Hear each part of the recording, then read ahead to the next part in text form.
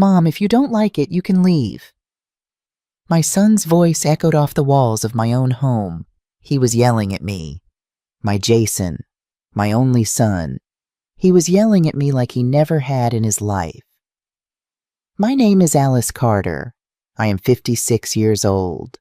I was an elementary school teacher for 30 years.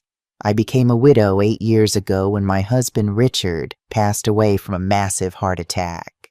I have one son, Jason, who today looks at me as if I were his worst enemy. And what I'm about to tell you changed my life forever. I'm glad to have you here. Follow my story until the end and comment the city you're watching from. I was standing in front of my bedroom door, looking at something I still couldn't process. Susan Parker, my daughter-in-law's mother, asleep in my bed, lying in my sheets, surrounded by her things. Her creams on my dresser, her clothes in my closet, her slippers next to my nightstand, as if this were her place, as if I were the intruder. Jason. I tried to speak, but my voice came out choked. I had just returned from a week-long teaching workshop, and I was coming home to this. No, Mom, enough! His eyes were red with rage. Never in 56 years of life had I seen my son look at me like that. Susan is going through a really tough time. She needs peace. She needs a comfortable space. And you come in making drama over a simple room. A simple room? The words barely came out of my mouth. Jason, it's my room. It's my bed. This is my house.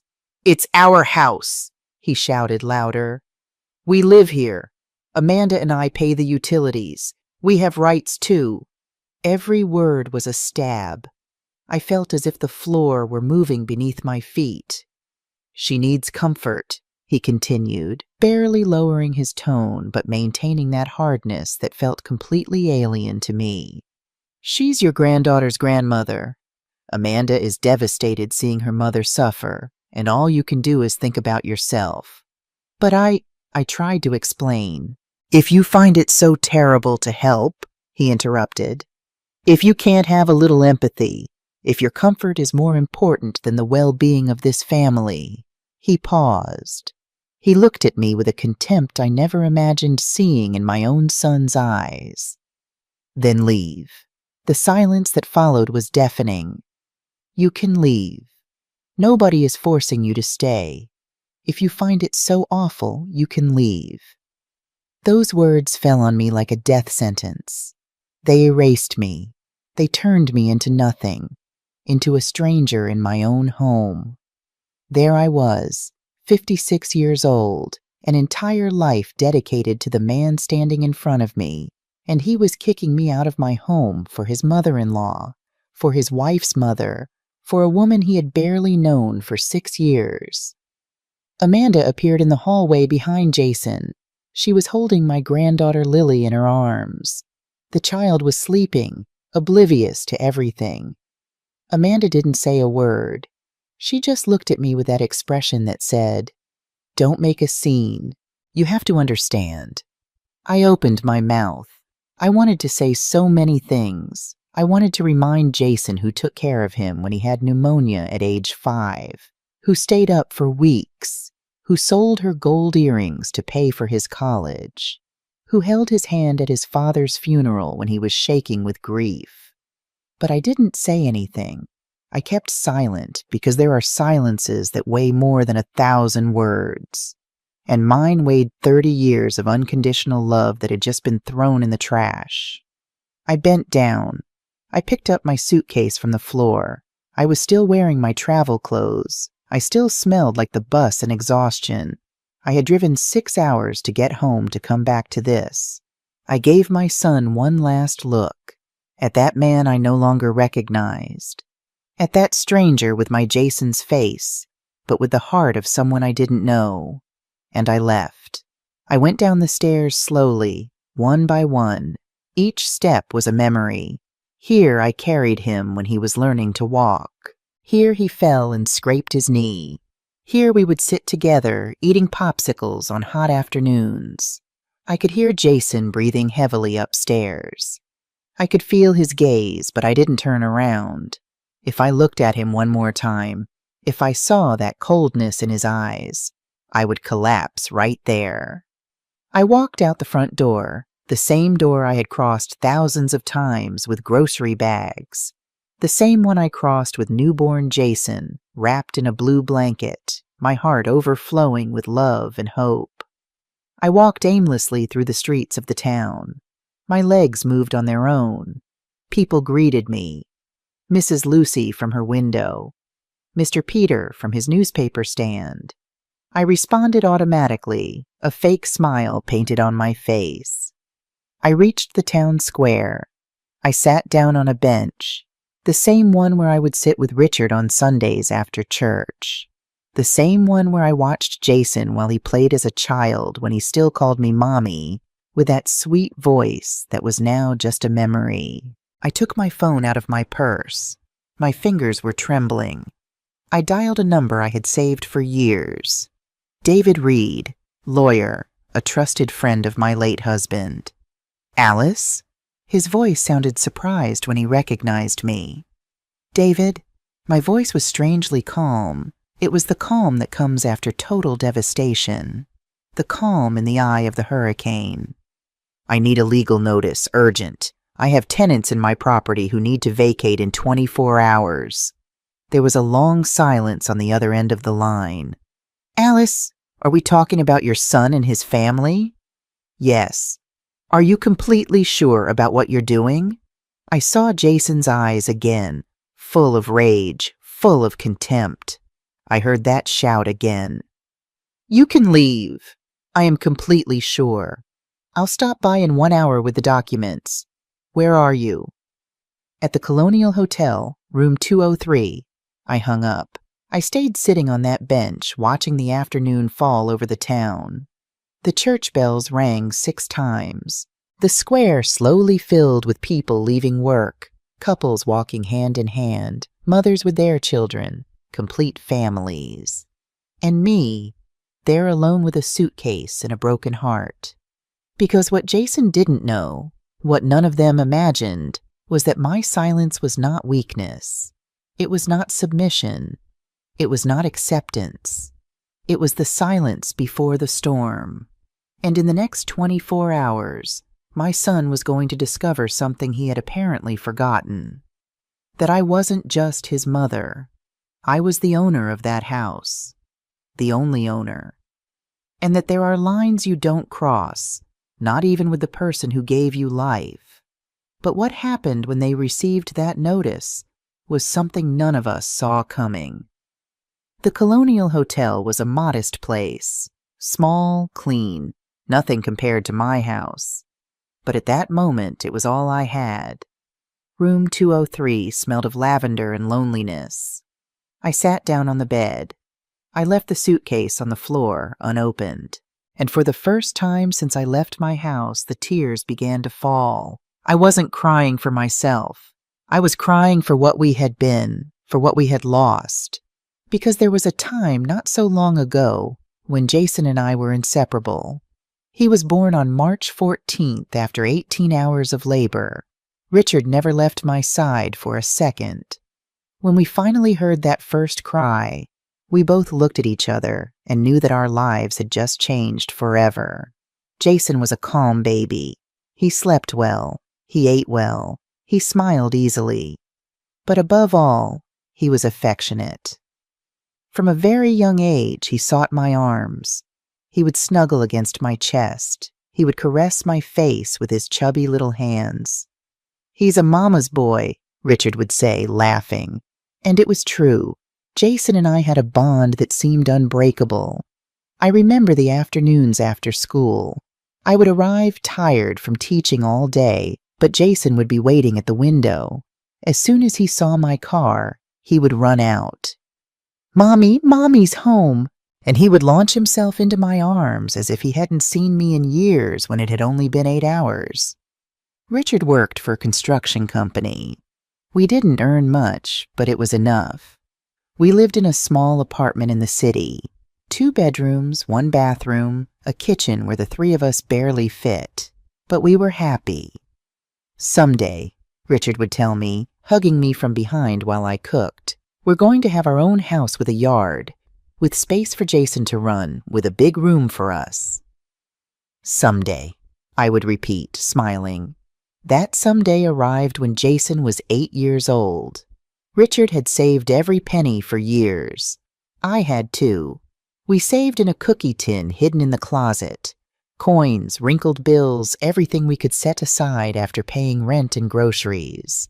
We bought a piece of land on the outskirts of town. It wasn't big, but it was ours. Richard designed the house himself, a simple drawing on a napkin that later became blueprints. 2 stories, 3 bedrooms, a front yard.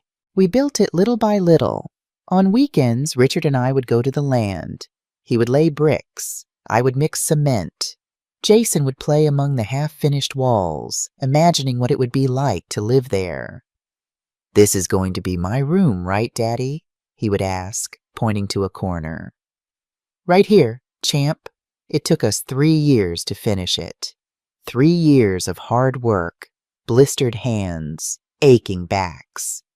But the day we laid the last tile in the bathroom, the 3 of us hugged in the middle of the empty living room and cried tears of happiness. "It's ours," Richard said. "Completely ours. Nobody can take it away from us." We moved in one afternoon in July. Jason was 11 years old. I remember him running through the whole house screaming with excitement. He went up and down the stairs. He opened and closed the doors. He looked out every window. "It's huge, Mommy. It's the most beautiful house in the world." That night, we ate dinner sitting on the living room floor because we didn't have any furniture yet. Hot dogs and fries that I bought from the local burger joint. The 3 of us in a circle, sharing, laughing. "Let's toast," Richard said, raising his soda. "To this house, to this family, to being together." We clinked our glasses, and at that moment, looking at my husband and my son, I thought there could be nothing more perfect than this. The years passed. Jason grew up. He became a teenager, then a young man, always responsible, always studious, always affectionate with me. When he was 17, Richard started feeling unwell, chest pains, tiredness. "It's the job," he would say. "I'm getting old." He was 52. One Sunday morning while we were eating breakfast, Richard brought his hand to his chest. His face went gray.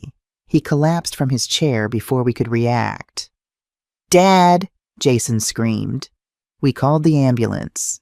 It arrived in 15 minutes, but it wasn't enough. Richard died on the way to the hospital.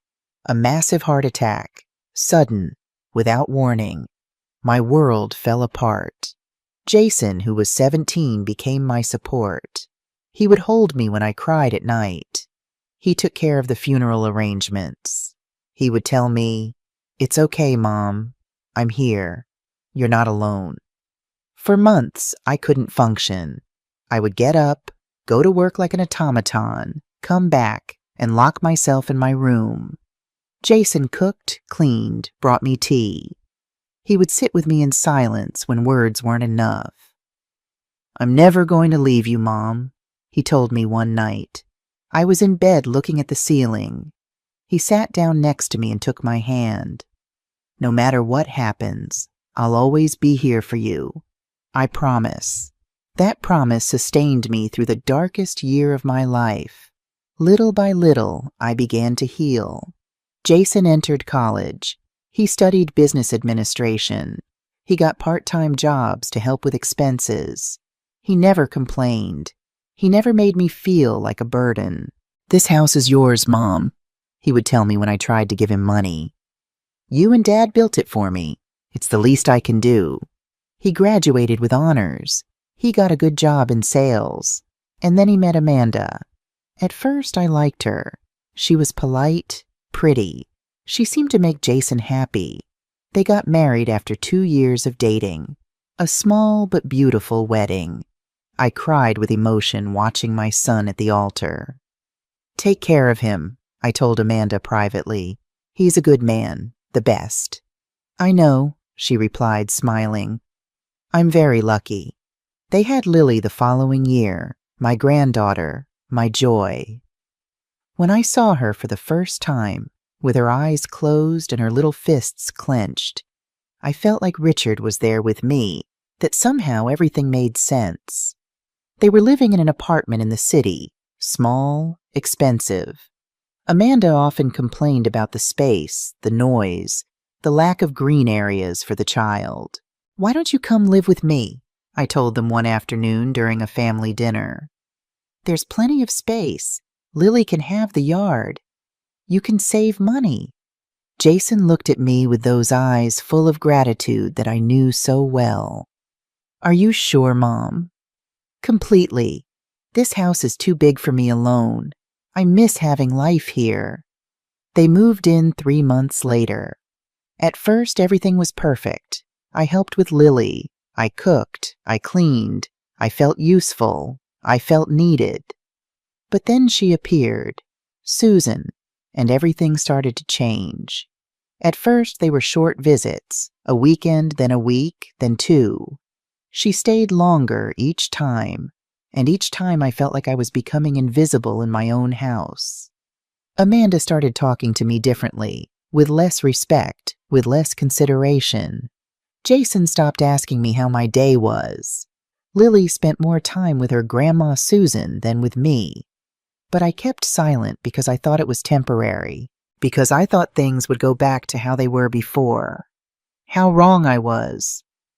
And now, sitting in that hotel room with tears falling onto my hands, I understood something terrible. I had lost my son long before that shout. I had lost him little by little, in silence, without realizing it. There was a knock on the door. It was David with a manila envelope in his hand and a serious look on his face. Alice, he said, walking in. Are you absolutely sure about this? I looked at him. I wiped my tears. More sure than I've ever been in my life. Very well, then let's sign this. And tomorrow, first thing in the morning, I'll deliver it personally. I signed every page without trembling, and with each signature, I felt something inside me hardening, growing stronger, because my son had forgotten something very important, something that I had taught him when he was little. Actions have consequences. And he was about to learn that lesson the hard way. I didn't sleep that night. I stayed sitting at the hotel bed, staring at the ceiling, reviewing every moment of the last few years, looking for signs, looking for the exact moment I lost my son. At 6:00 in the morning, I got up, I showered, I got dressed in the clothes I had in my suitcase. Black pants, a white blouse, nothing special, but I fixed my hair. I put on a little lipstick. I wanted to look dignified. I wanted to look strong because I wasn't going to give them the pleasure of seeing me destroyed. David arrived at the hotel exactly at 8:00. He brought the documents already prepared. A legal notice, formal, cold as my son's shout. Do you want me to go alone? He asked me. Do you have to be present? No, I replied firmly. I'm going with you. I want them to see my face when you hand this to them. We got into his car. The drive to my house was silent. David didn't ask questions. He just drove, looking at the road, giving me space to breathe. When we arrived, the sun was already high. It was a beautiful morning. The garden that Richard and I planted was full of flowers. The trees we planted when Jason was a child provided cool shade. Everything looked perfect from the outside. Nobody would imagine the war being waged inside. David knocked on the door. 3 firm knocks. Amanda opened it. She was holding Lily. When she saw me, her face changed. Surprise, then discomfort. Alice, we weren't expecting— Good morning, David interrupted in a professional voice. I am the lawyer, David Reed. I am here to deliver a legal notice. Jason appeared behind Amanda. He was still wearing his pajamas. His hair was messy. When he saw me, his eyes hardened. "What is this, Mom?" I didn't answer. I just stood there behind David with my back straight and my head held high. David extended the envelope. "It is an eviction notice. You have 24 hours to vacate this property." The silence that followed was absolute. Amanda turned pale.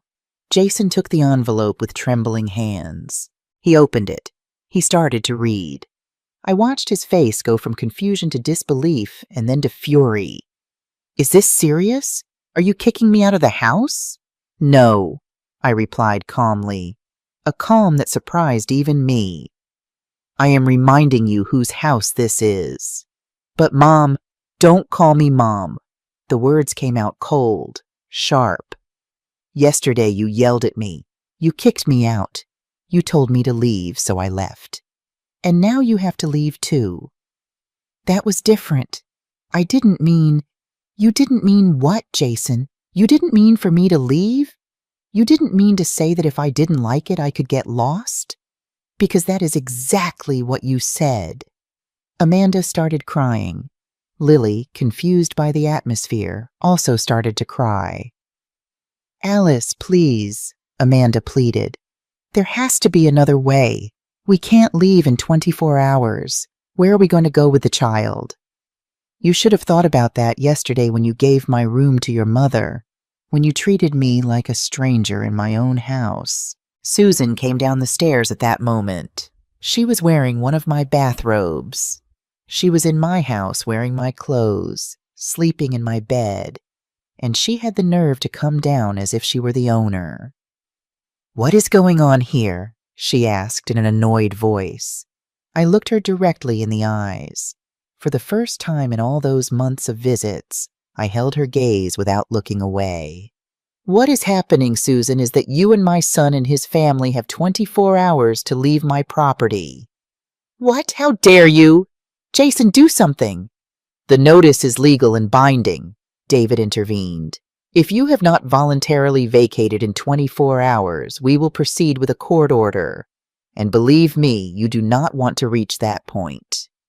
Jason looked at me as if he didn't recognize me, as if I were a monster. "I can't believe you're doing this, Mom. We're your family." "Exactly, Jason. We are family. Or we were. Until you treated me like I was less important than a stranger. Until you yelled at me in my own house. Until you chose her mother over yours." For the first time, my voice broke. "I was your mother, and you kicked me out like I was trash." Tears began to fall, but they weren't tears of weakness. They were tears of rage, of pain, of 30 years of trampled love. "You traded me for her," I continued, pointing at Susan. "You gave her my room, my space, my place, and when I protested, you told me to leave. Well, I left, and now you are leaving too." David put a hand on my shoulder. "Alice, let's go. Everything has been said." He was right. There was nothing more to say. I turned to leave, but before crossing the threshold, I turned one last time. 24 hours, I said. Not a minute more. We left. We got into the car. David started the engine. And as we drove away, I could see in the side mirror Jason standing at the door, the envelope in his hand, watching his mother drive away. Maybe he expected me to come back, to give in, to beg. He didn't know me at all, because I wasn't going to beg. I wasn't going to give in. For the first time in my life, I was going to set boundaries, even if it tore me apart inside. David dropped me off at the hotel. "Will you be all right?" he asked. "Yes," I lied. I went up to my room. I sat on the bed. And then finally, I allowed myself to break down. I cried harder than I had cried since Richard died. I cried for everything I had lost, for everything that would never be again. But in the middle of that crying, something strange began to happen. My phone started ringing. It was Martha, my lifelong neighbor. "Alice, sweetheart, what happened? I saw the lawyer leave your house. The whole town is talking.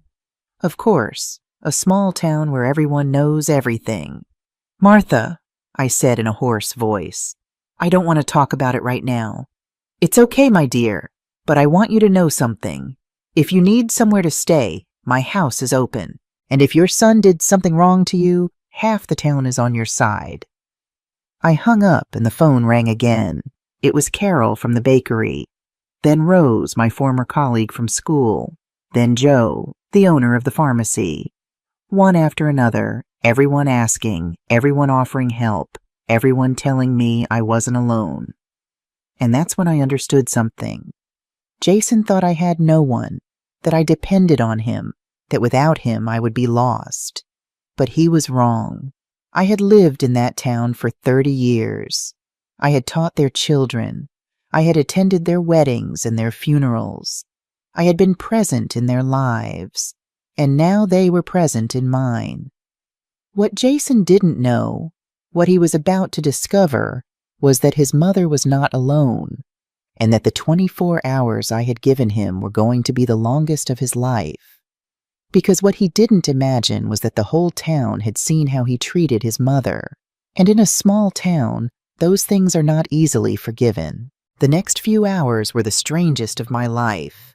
I stayed in that hotel room watching the phone, call after call, message after message. The entire town had found out, and everyone wanted to know what had happened. But there was something else, something I didn't expect. Many people were on my side, though not unanimously. Some thought I was being too harsh, that family problems should be solved within the family. Others, like Mrs. Lucy, were firmly with me. That boy has no shame, Mrs. Lucy told me over the phone, kicking out his own mother after everything you did for him. My husband and I saw when you were building that house. We saw you break your back mixing cement. We saw how your husband, rest in peace, laid brick after brick. That house is yours. Period. Thank you, Lucy. It was all I could say, but the calls didn't stop. Mr. Peter from the newspaper stand called to tell me that if I needed a witness for anything, he was there. I saw you raise that child, Alice, with so much love, with so much sacrifice. What he did to you is unforgivable. Rose, my former colleague, arrived at the hotel with a suitcase full of clothes. Here, she said, I know you only brought what you took for the trip. Here's everything. And don't tell me no. We've been friends for 20 years. Carol from the bakery sent me a box full of donuts and a thermos of coffee. So you don't go without eating, sweetheart. And if you need money, just tell me. I didn't know what to say. I didn't know how to process so much kindness, so much solidarity. All my life I had focused on being a good mother, a good wife, a good teacher, but I had never stopped to see everything I had built beyond my family. All the relationships, all the connections, all the people who appreciated me. And now, when I needed it most, they were there. It was 3 o'clock in the afternoon when my phone rang with a number I recognized immediately. Jason. My heart skipped a beat. I hesitated. I didn't know whether to answer, but something inside me needed to hear his voice. I needed to know what he was going to say. I answered. Mom? His voice sounded different, softer, almost pleading. Mom, we need to talk. Hello, Jason.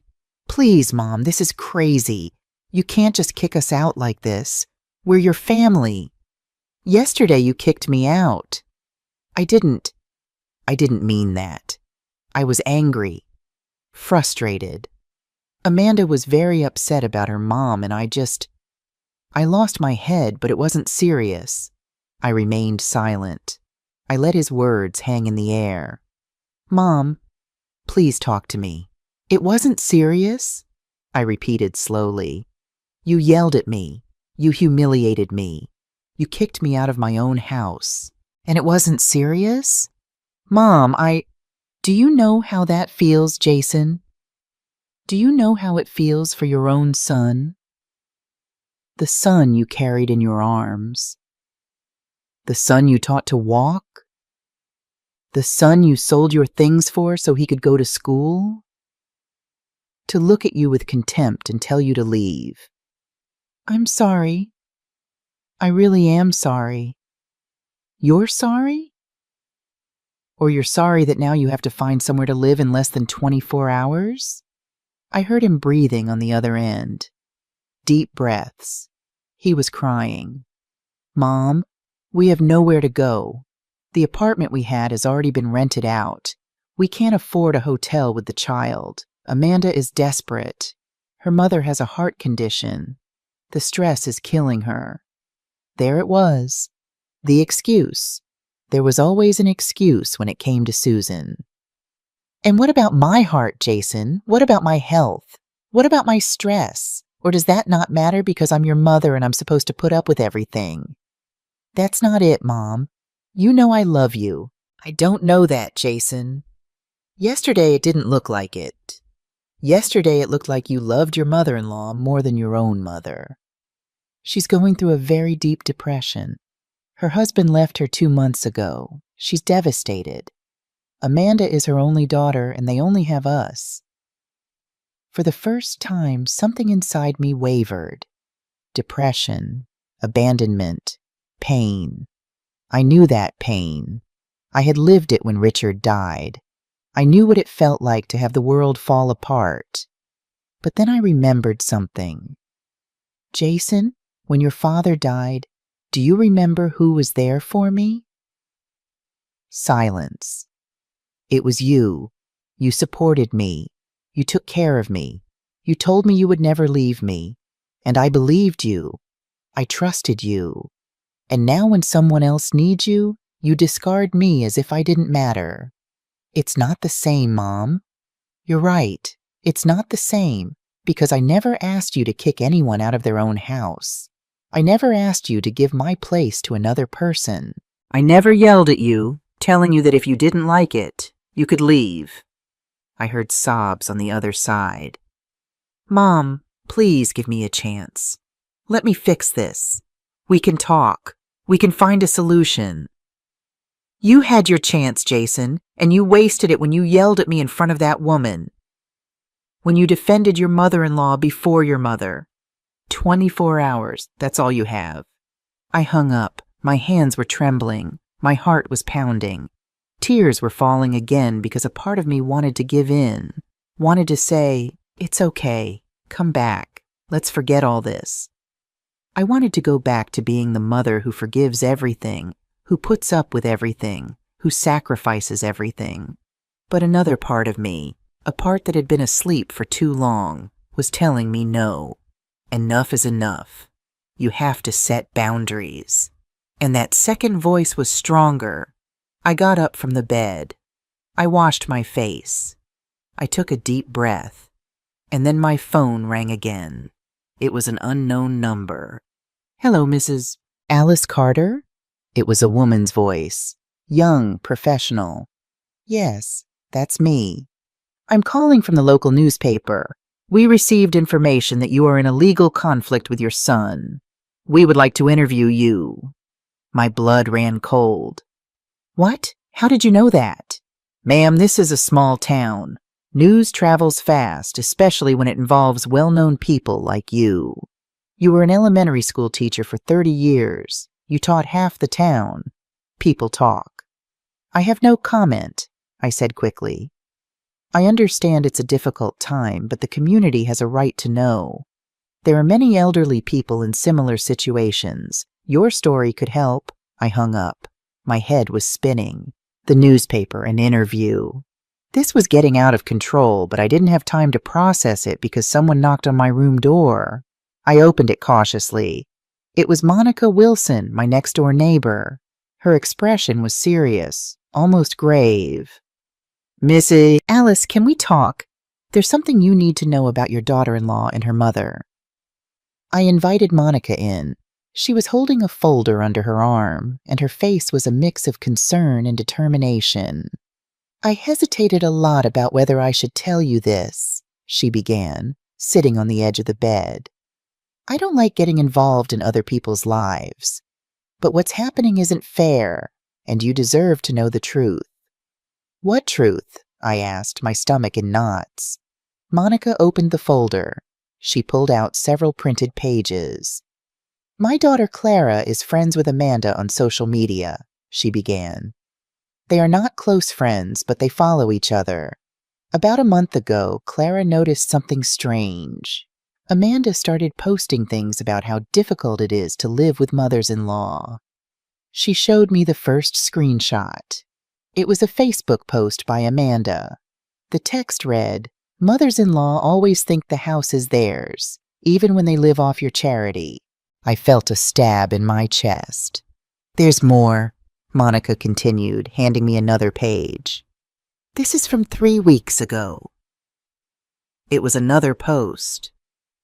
"Tired of my husband prioritizing his mom over his own family. It's time for him to grow up and understand who his real family is now." My hands were trembling, holding the paper. "Alice," Monica said softly, "your daughter-in-law has been speaking ill of you on social media for months. My daughter showed me all this because she found it awful. And when I found out what happened, I knew I had to tell you." "Does Jason know about this?" I asked in a tight voice. "I don't know, but there's something else you should know." She handed me another page. This time it was a screenshot of a private conversation. It was between Amanda and someone named Jennifer. I read the text. "Amanda, I can't stand living here anymore. Alice is into everything. She meddles in how I raise Lily, in how I cook, in everything." Jennifer, "And what does your husband say?" Amanda, "He's a lost cause. He won't leave his mom's side.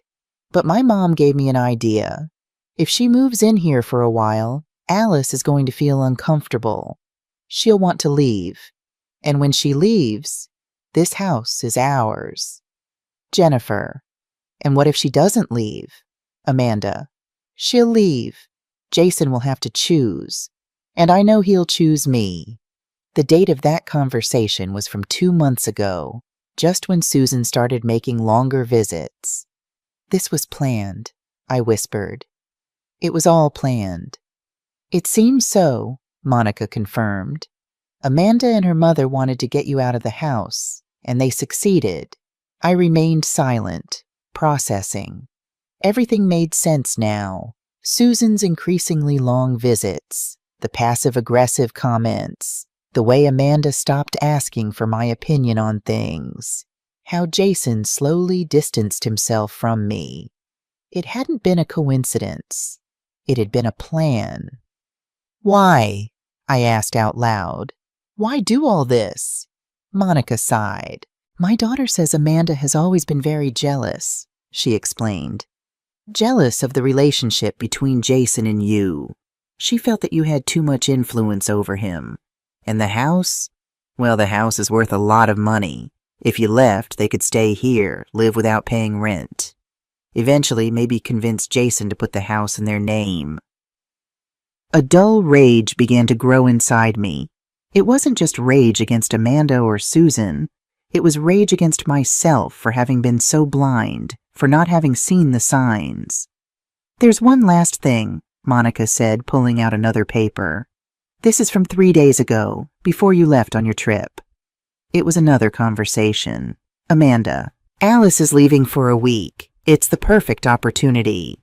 Jennifer, "For what?" Amanda, "For my mom to take her room. When she returns and sees my mom there, she'll get angry. She'll make a huge scene and Jason will have to choose. And when he chooses wrong, Alice will leave on her own without us having to kick her out. She'll just go." Jennifer, "And what if Jason chooses his mother?" Amanda, "He won't. I've been working on his mind for months. He's already convinced that his mom is controlling, that she doesn't let us live our lives. He's going to choose me. I know it." I closed my eyes. I took a deep breath. I felt like I was going to explode. "I'm so sorry, Alice," Monica said, standing up. "I know this must hurt, but I thought you had the right to know the truth.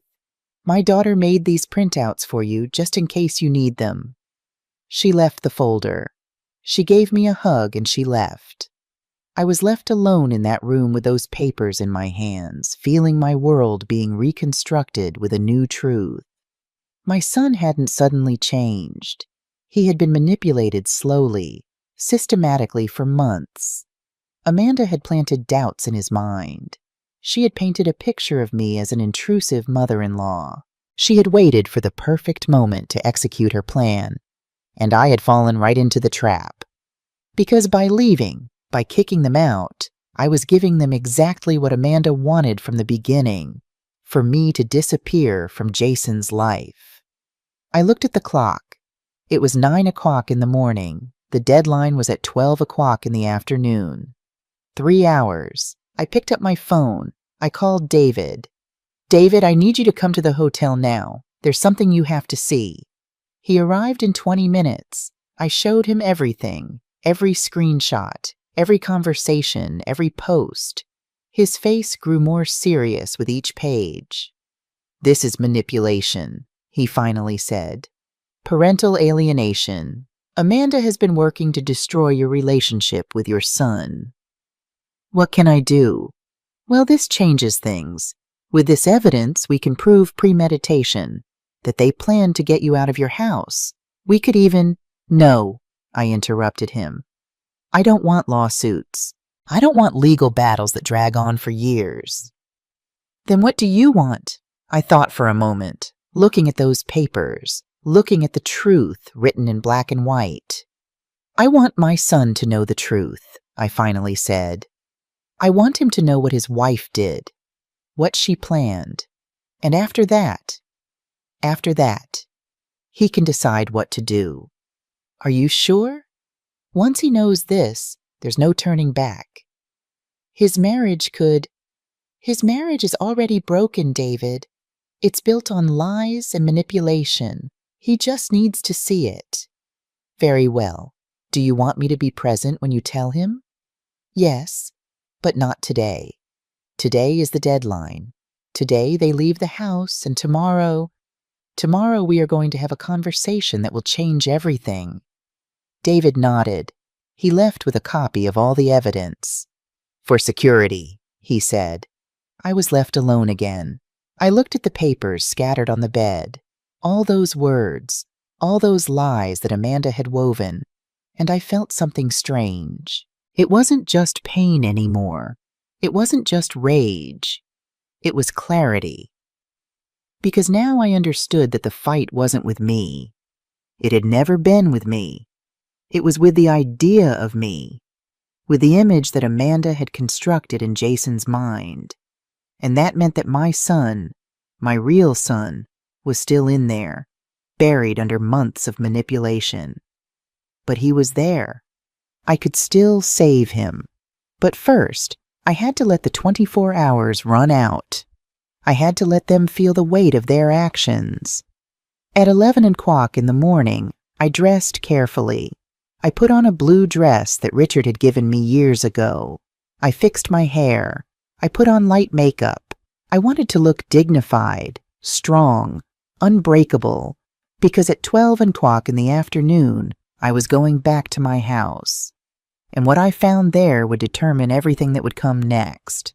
What I didn't know, what none of us knew, was that Amanda had one last card up her sleeve.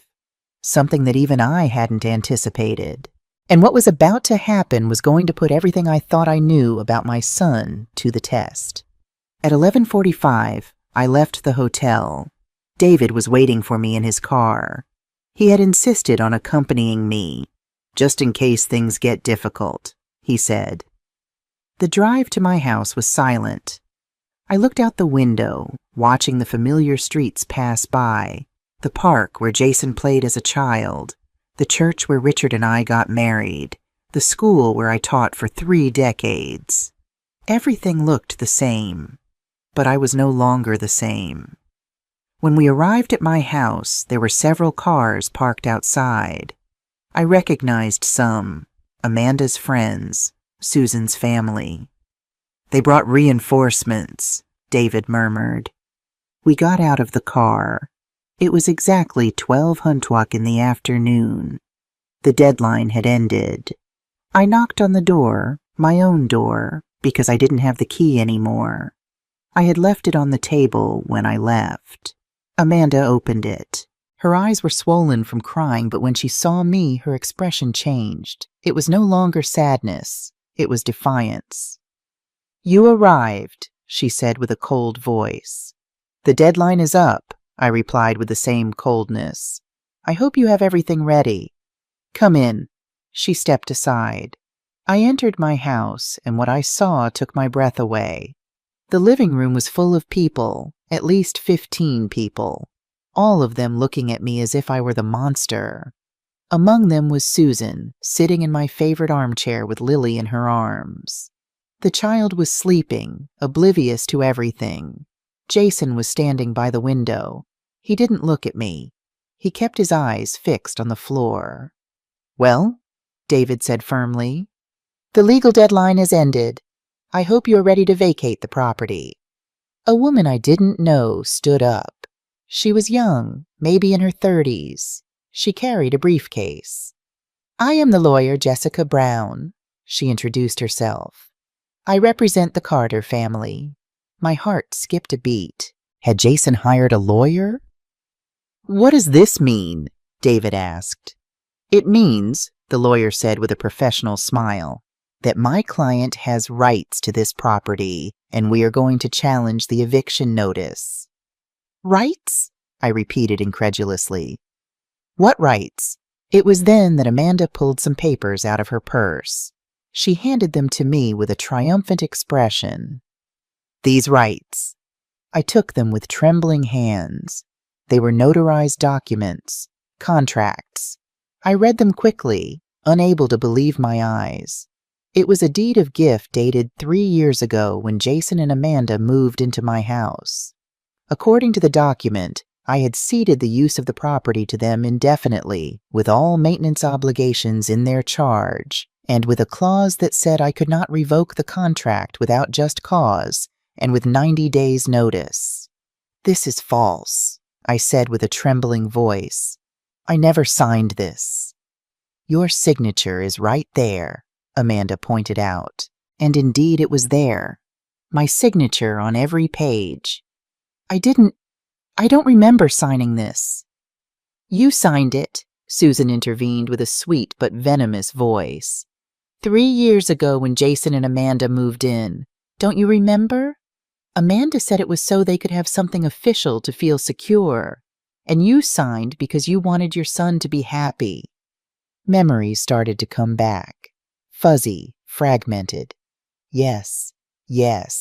I had signed some papers 3 years ago, but Amanda had said they were bank forms to add Jason as a beneficiary to my account in case something happened to me. "They tricked me," I whispered. "They made me sign this without telling me what it was." "You'll have to prove that," Amanda's lawyer said. "But in the meantime, this contract is valid, and by law, you cannot evict them without 90 days prior notice." David took the papers. He quickly reviewed them.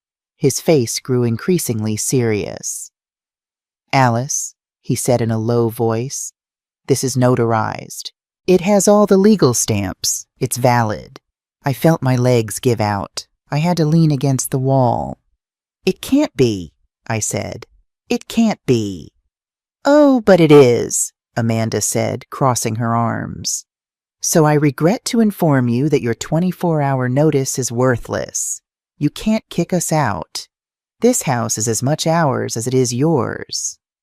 I looked at Jason. He still wouldn't look at me. His hands were in his pockets and his jaw was clenched. "Jason," I said with a broken voice, "did you know about this?" He finally looked at me, and in his eyes I saw something that destroyed me. Guilt. Amanda told me it was just for security," he said weakly, "that if something ever happened to you, we would have somewhere to live. I didn't know she was going to—" "Going to what?" Amanda interrupted him. "Going to use our legal rights when your mother kicked us out of our house for no reason?" "I kicked you out because you kicked me out first," I shouted. I couldn't contain the rage anymore. Because you yelled at me. Because you made me feel like a stranger in my own house. You're the one who exaggerates everything, Amanda replied with contempt. We asked you a favor, a simple favor, to let my mom use your room for a few days, and you made a giant drama, as always. As always? I repeated incredulously. Yes, as always. You're always the victim, always the martyr. Everything is always about you. Poor Alice. Poor mother-in-law. You never think about anyone else. Every word was a blow, every sentence a stab. Amanda, enough, Jason said weakly. Enough? Seriously, Jason? Amanda turned on him. Your mother kicked us out. She humiliated us in front of the whole town. She made us look like bad people. And you're still defending her? I'm not defending her. I'm just saying, you're always defending her. It's always her. Always your mommy. When are you going to understand that I am your family now? Me and Lily, not her. The silence that followed was absolute. I looked at the people in the room. They were all watching as if this were a show, as if my pain were entertainment. And then I looked at my son, at that man I no longer recognized, who was standing there saying nothing while his wife destroyed me. Aren't you going to say anything? I asked him directly. Are you going to let her talk to me like that? Jason opened his mouth. He closed it. He looked down again, and that silence was the clearest answer he could have given me. Very well, I said. My voice sounded strangely calm. You're right. The contract is legal. I cannot kick you out in 24 hours. I watched Amanda smile with satisfaction, but I continued. But I can do other things. This house has my name on it. Only my name. I can cut off the utilities. I can stop paying for the water, the electricity, the gas. I can make you live here very uncomfortably for those 90 days. Amanda's smile disappeared. You wouldn't dare, she said. Try me. David touched my shoulder, Alice, it's not a good idea. They could sue you for— I don't care, I interrupted him. If they are going to use legal tricks, I can too. If they are going to play dirty, I can play dirtier. It was then that I remembered the folder, the evidence, the truth. Jason finally spoke in a louder voice than he had spoken all day. Enough, both of you. Everybody turned to look at him. Mom, Amanda, both of you stop. This is out of control. We are destroying this family over a house, over a room, over pride. It's not about pride, I said with a trembling voice. It's about respect, about dignity, about not being treated like trash in my own house. And you don't understand, he said to Amanda, that this woman raised me, gave me everything. You can't ask me to treat her like she doesn't matter. And what about me? Amanda replied with tears in her eyes. Don't I matter? Doesn't my mom matter? Does only she matter? Jason ran his hands through his face. He looked exhausted, destroyed. I don't know what to do, he finally said. I don't know how to fix this. And at that moment, I pulled out the folder I had been keeping in my purse, the folder that Monica had given me that morning. Maybe this will help, I said, placing the folder on the table. Maybe if you see this, you'll understand what's really going on. Amanda turned pale.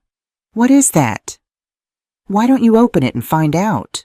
Jason approached the table, picked up the folder, opened it, and began to read. I watched his expression change, from confusion to surprise, from surprise to disbelief, from disbelief to horror. What is this, Amanda? He asked with a trembling voice. I can explain. These are your conversations, your posts, talking badly about my mother, planning how to get her out of the house. His voice was getting louder. Is this real? Did you write this? Amanda didn't answer. She just looked at the floor. Answer me! Yes, she finally screamed. Yes, I wrote it. So what? Everything I said is true. Your mother is controlling. She was in everything. And yes, I wanted her to leave because this house should be ours, not hers. The silence that followed was deafening. Jason dropped the folder, the papers scattered on the floor. All those words, all those lies exposed for everyone to see. You manipulated me, Jason said almost in a whisper. For months you made me believe that my mother was the problem, that she was the one who didn't let us live. And all the time, it was you. Jason, I just wanted what was best for us. The best? Destroying my relationship with my mother was the best? The people in the room began to murmur, to gather their things. Amanda's lawyer turned pale. I think it's time for me to go, she said quickly, putting away her papers. One by one, all the guests began to leave. Nobody wanted to be there. Nobody wanted to be part of what was coming. Until only we remained. Jason, Amanda, Susan, David, and I. Susan stood up, still with Lily in her arms. Amanda, let's go, she said firmly. We don't have to stay here and put up with this. No, Jason said. No one is leaving. Not yet. Because this ends today. Here, now. He turned to me, and for the first time in days, I saw my son, my real son, with his eyes full of tears and his heart shattered. Mom, he said with a broken voice. I'm sorry. I'm so sorry. And what happened next was something none of us saw coming. Mom, Jason said with a broken voice. I'm sorry. I'm so sorry. Those two words came out with so much pain that I felt something inside me break and heal at the same time. He took a step toward me, then another, and then for the first time in days, my son hugged me. It wasn't a lukewarm hug. It wasn't an obligatory hug. It was the hug of a child who realizes he has hurt his mother. The hug of someone who has just woken up from a nightmare. I'm so sorry, he repeated between sobs. I'm sorry, I'm sorry. I couldn't speak. I just hugged him back, feeling his tears wet my shoulder, feeling him tremble, feeling how after so many days of darkness, there was finally a ray of light. Jason, Amanda's voice cut through the moment. Seriously, are you really going to believe her? Those conversations are taken out of context. I was venting to a friend. Everyone talks badly about their mothers-in-law. Jason pulled away from me. He wiped his tears. He turned to his wife. No, Amanda. Not everyone plans for months to get their mother-in-law out of her own house. Not everyone manipulates their husband to see his mother as the enemy. I didn't manipulate you. I just opened your eyes. You opened my eyes? Jason's voice got louder. Or you blinded me. Because now that I read this, now that I see everything together, I realize things. How every time my mother said something, you said the opposite. How every time I wanted to spend time with her, you had some emergency. How little by little you pushed me away from her. Because she didn't let us live. Because you didn't want to share me, Amanda, Jason shouted. You wanted me to choose between my mother and you. And I was so foolish that I fell for your game. Amanda started crying, but they weren't tears of remorse. They were tears of fury, of rage at being discovered. Great, now I'm the bad guy. Now everything is my fault. And what about your mother? She kicked us out. She humiliated us. She left us homeless. Because you put your mother to sleep in her bed, Jason replied. In her room, in her most intimate space. How did you expect her to react? I expected her to have empathy. My mother was suffering. And mine wasn't. Jason's voice broke again. Wasn't my mother suffering when I took her room? When I treated her like she didn't matter? When I yelled at her and told her to leave? He covered his face with his hands. His shoulders were trembling. "Oh my God," he murmured. "What have I done? What have I done to my mother?" Susan, who had been silent until that moment, finally spoke. "Jason, you have to understand. Amanda was just taking care of her family, of her mother. There's nothing wrong with that." "Nothing wrong?" Jason looked at her directly. "There's nothing wrong with lying, with manipulating, with destroying the relationship between a mother and her son?" "I didn't destroy anything," Susan said coldly. "Your mother did it all by herself with her attitude." "My attitude?" I spoke for the first time since the hug. My voice sounded stronger than I expected. "What attitude?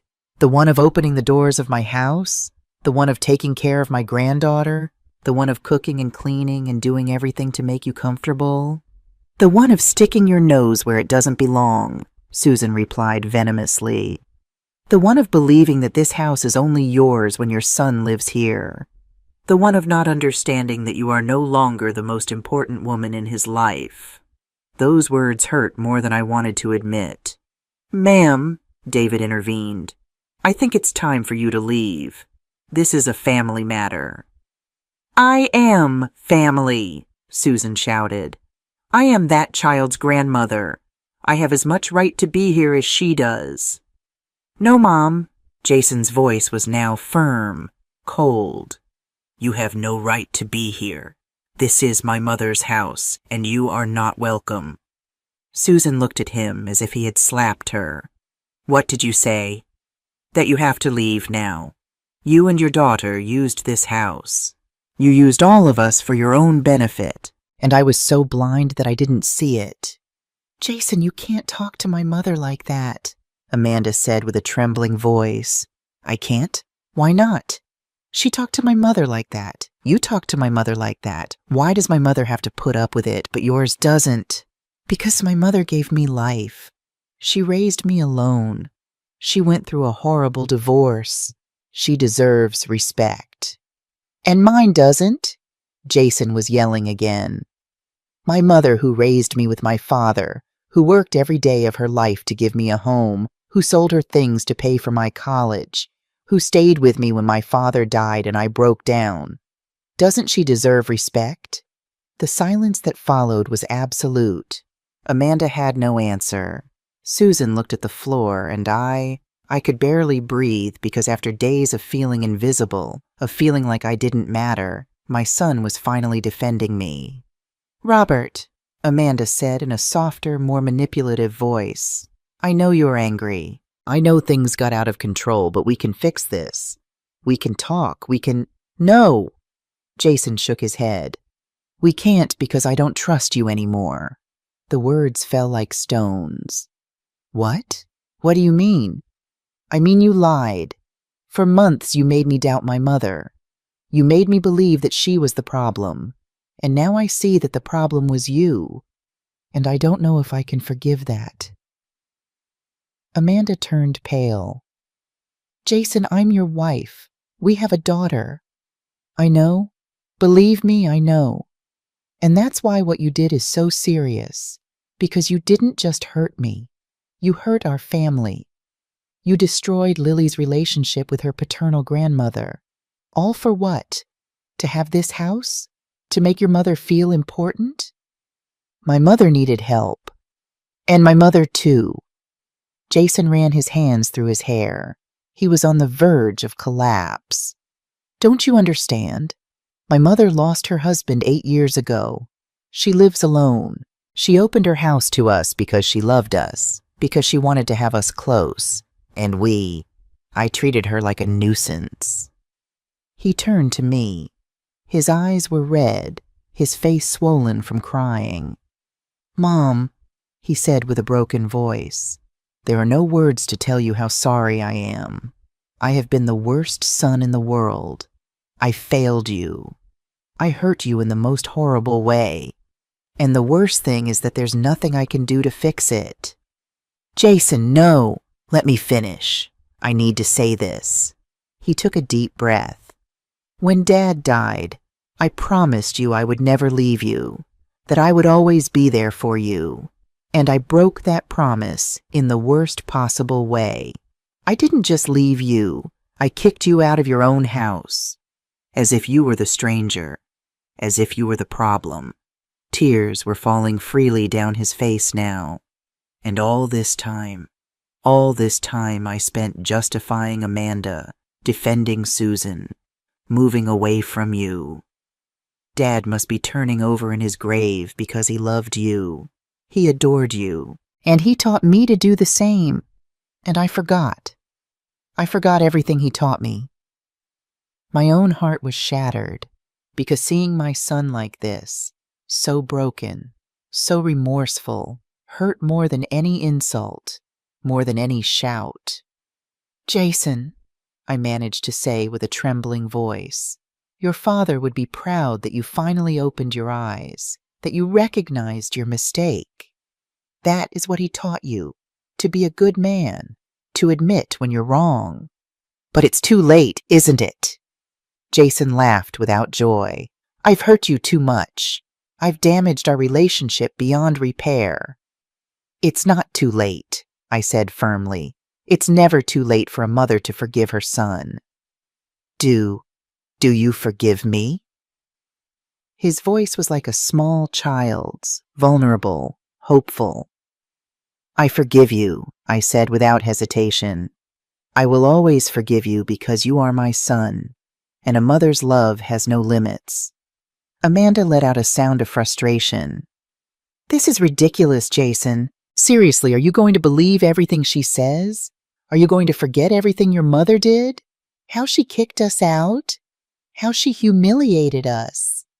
"She had the right," Jason replied without looking at her. "She had every right because it was her house, her space, and we abused her kindness. It wasn't us. It was your mother who exaggerated everything." "Stop!" Jason's shout made us all jump. Even Lily woke up in Susan's arms and started crying. Jason walked over to Susan and took his daughter in his arms. He gently rocked her until the child calmed down. "Listen to me carefully," he said in a firm but controlled voice. "This farce ends today. Amanda, you and your mother are leaving this house now. You are going to find a place to stay, a hotel, an apartment, whatever, but you are not going to be here." "And you?" Amanda asked with a trembling voice. Jason looked at Lily. Then he looked at me, and I saw an internal struggle in his eyes, a war between his role as a husband and his role as a son. "I'm going with you," he finally said, "because you are my wife, and Lily is my daughter, and I need time to think, to understand all this, to decide what to do." The words hit me like a punch because despite everything, despite having seen the truth, my son was still choosing to leave. But then he added something else. "But we are not going to live off your mother, Amanda. We are going to find our own place with our own money. And you are going to seek help, therapy, because what you did is not normal. It's not healthy. And if we want to have any chance of this marriage working, you need to work on yourself." Amanda opened her mouth to protest, but Jason raised his hand. "It's not negotiable. Either you seek help or this ends, and you will lose your family, me, Lily, everything." Amanda closed her mouth. She nodded slowly. Tears were falling down her face, but they were no longer tears of manipulation. They were tears of fear, real fear of losing what she had. "And one more thing," Jason continued. "This deed of gift, we are going to cancel it. I don't know how, but we are going to cancel it because it was obtained through deception, and this house is completely my mother's again, as it always should have been." David nodded. "We can prove the deception with witnesses, with evidence. It won't be easy, but it can be done." Jason walked over to me with Lily in his arms. My granddaughter was sleeping again, oblivious to all the drama unfolding around her. "Mom," Jason said, "I know I don't deserve anything from you. I know I hurt you in unforgivable ways, but I ask you one thing. Just one." What thing? Don't take Lily away from your life. She loves you. She needs you. And even though I don't deserve your forgiveness, she is not at fault for any of this. I looked at my granddaughter, that beautiful child who looked so much like her grandfather, that innocent creature who had been used as a weapon in a war she didn't ask for. I would never take her away, I said, gently touching her little head. She's my granddaughter. I love her. I will always love her. Thank you, Jason whispered. Thank you, Mom. He gave me a kiss on the forehead, long, full of love, full of regret. And then he turned around. Let's go, he said to Amanda. Pack what's necessary. We're leaving in 1 hour. The next hour was a whirlwind of activity. Amanda and Susan went upstairs to pack. Jason stayed in the living room with me in silence, not knowing what to say. David put a hand on my shoulder. Are you all right? I nodded, although I wasn't sure if it was true, because I had won. I had recovered my house. I had exposed the truth. I had seen my son wake up from the manipulation. But I had also lost, because my son was leaving. My granddaughter was leaving, and I didn't know when I would see them again. When they finally came down with their suitcases, I stood in the doorway watching them load the car, watching my family fall apart. Jason was the last to leave. He stopped in front of me. I'll call you, he promised. Every day, and we're going to fix this somehow. I promise you. It's okay, I said, although my heart was broken. I love you, Mom. I love you too, son. He left. The car started, drove away down the street, and I stood there, rooted to the threshold of my empty house, feeling all the weight of the last few days fall upon me. David stayed with me. He didn't say anything. He was just there. Because sometimes someone's presence is worth more than 1,000 words. I walked into my house, my empty house, my silent house, the house I had fought so hard to reclaim. And I sat in the living room armchair, the same armchair where I'd sat with Richard thousands of times, the same armchair where I cradled Jason when he was a baby. And I cried. I cried for everything I had lost, for everything I had gained, for everything that would never be the same again. But in the middle of that crying, I felt something else. Peace, because I had recovered my dignity. I had set boundaries. I had defended my space. I had shown that I had value beyond being a mother, and that in some strange way was enough, at least for now. But what I didn't know, what none of us knew, was that this was not the last battle. It was just the first. The first 3 days after they left were the hardest of my life. The house was silent, a silence that was different from the silence before. Before it was a quiet, peaceful silence, the silence of a woman who lives alone but is at peace. This was a heavy, painful silence. The silence of a house that had been the scene of a war. I walked through the rooms and saw ghosts. In the kitchen, I saw Jason as a child sitting at the table doing his homework while I cooked dinner. In the living room, I saw Richard reading the newspaper, his glasses on the tip of his nose. In the yard, I saw Lily running among the flowers, laughing. All ghosts, all memories. David came by every day. He brought me food. You have to eat, Alice, he would say. And I would nod, even though the food had no taste, even though every bite felt like swallowing stones. Martha, Rose, Carol, all my friends from town came too. They kept me company. They talked to me. They tried to make me laugh, and I appreciated their effort. I really did. But there was a void inside me that no one could fill. The void of my son. Jason called as he had promised every day at 6 o'clock in the evening. Short, uncomfortable conversations full of long silences. How are you, Mom? Fine. And you? Fine. Lily sends you a kiss. Give her one from me. I will. I love you, Mom. I love you too, son. And we would hang up and I would stare at the phone, feeling how every call was a reminder of everything we had lost. It was on the fourth night when something changed. I was sitting in my bed in my room that I had finally reclaimed, looking at the photos on my nightstand. Photos of Richard, of baby Jason, of the three of us together. And then my phone rang. It wasn't Jason's calling time. It was 11:00 at night. I answered, alarmed. "Hello? Alice?" It was Jason's voice, but it sounded different, broken, scared. "I need to talk to you. Can you come over, please?" My heart raced. "What happened? Is Lily okay?" "Lily is fine, but I need my mom." I didn't ask questions. I got dressed in 5 minutes.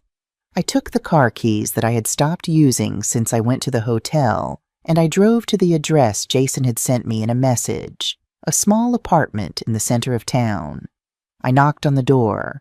Jason opened it immediately. His eyes were red. His hair was messy. He looked shattered. "What happened?" I asked, walking in. The apartment was small. 2 bedrooms, a living room, dining room, everything very austere, very different from my spacious house. "Amanda left," Jason said with a trembling voice. "She took Lily to her mother's house. She says she needs space to think." I sat on the sofa, processing. "When?" 2 hours ago, we had an argument. I told her I needed her to be honest with me, to tell me the truth about everything. And she exploded. She said she was tired, that she couldn't take it anymore, that if I was going to keep defending you, then she was leaving. Jason slumped onto the sofa next to me. He covered his face with his hands. "And I let her go."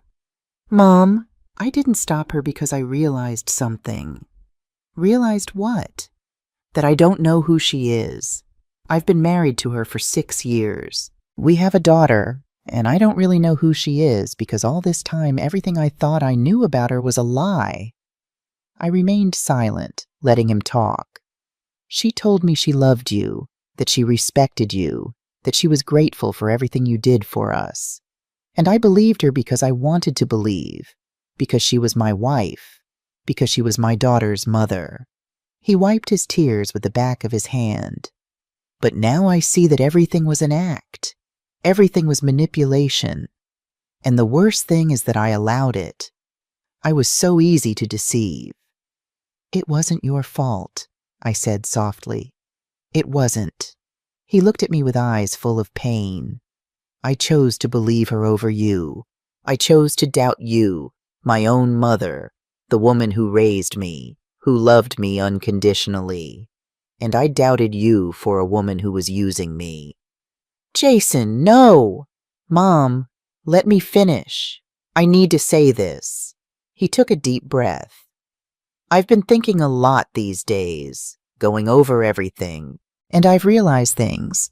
How Amanda always found a way to make me doubt you. How she always planted small doubts, subtle comments, things that seemed innocent at the time, but that accumulated over time." I nodded because I had also seen those comments, those small stabs disguised as casual observations. "And the saddest thing," Jason continued, "is that it worked. Little by little, without realizing it, I started to see you differently. To see you as Amanda wanted me to see you, as an intrusive mother-in-law, as someone who wouldn't let us live our lives."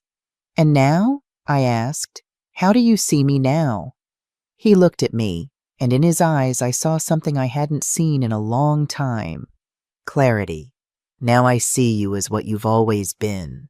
My mother, the strongest woman I know, the one who broke her back building that house, the one who worked every day of her life to give me a future, the one who supported me when Dad died and I thought I couldn't go on."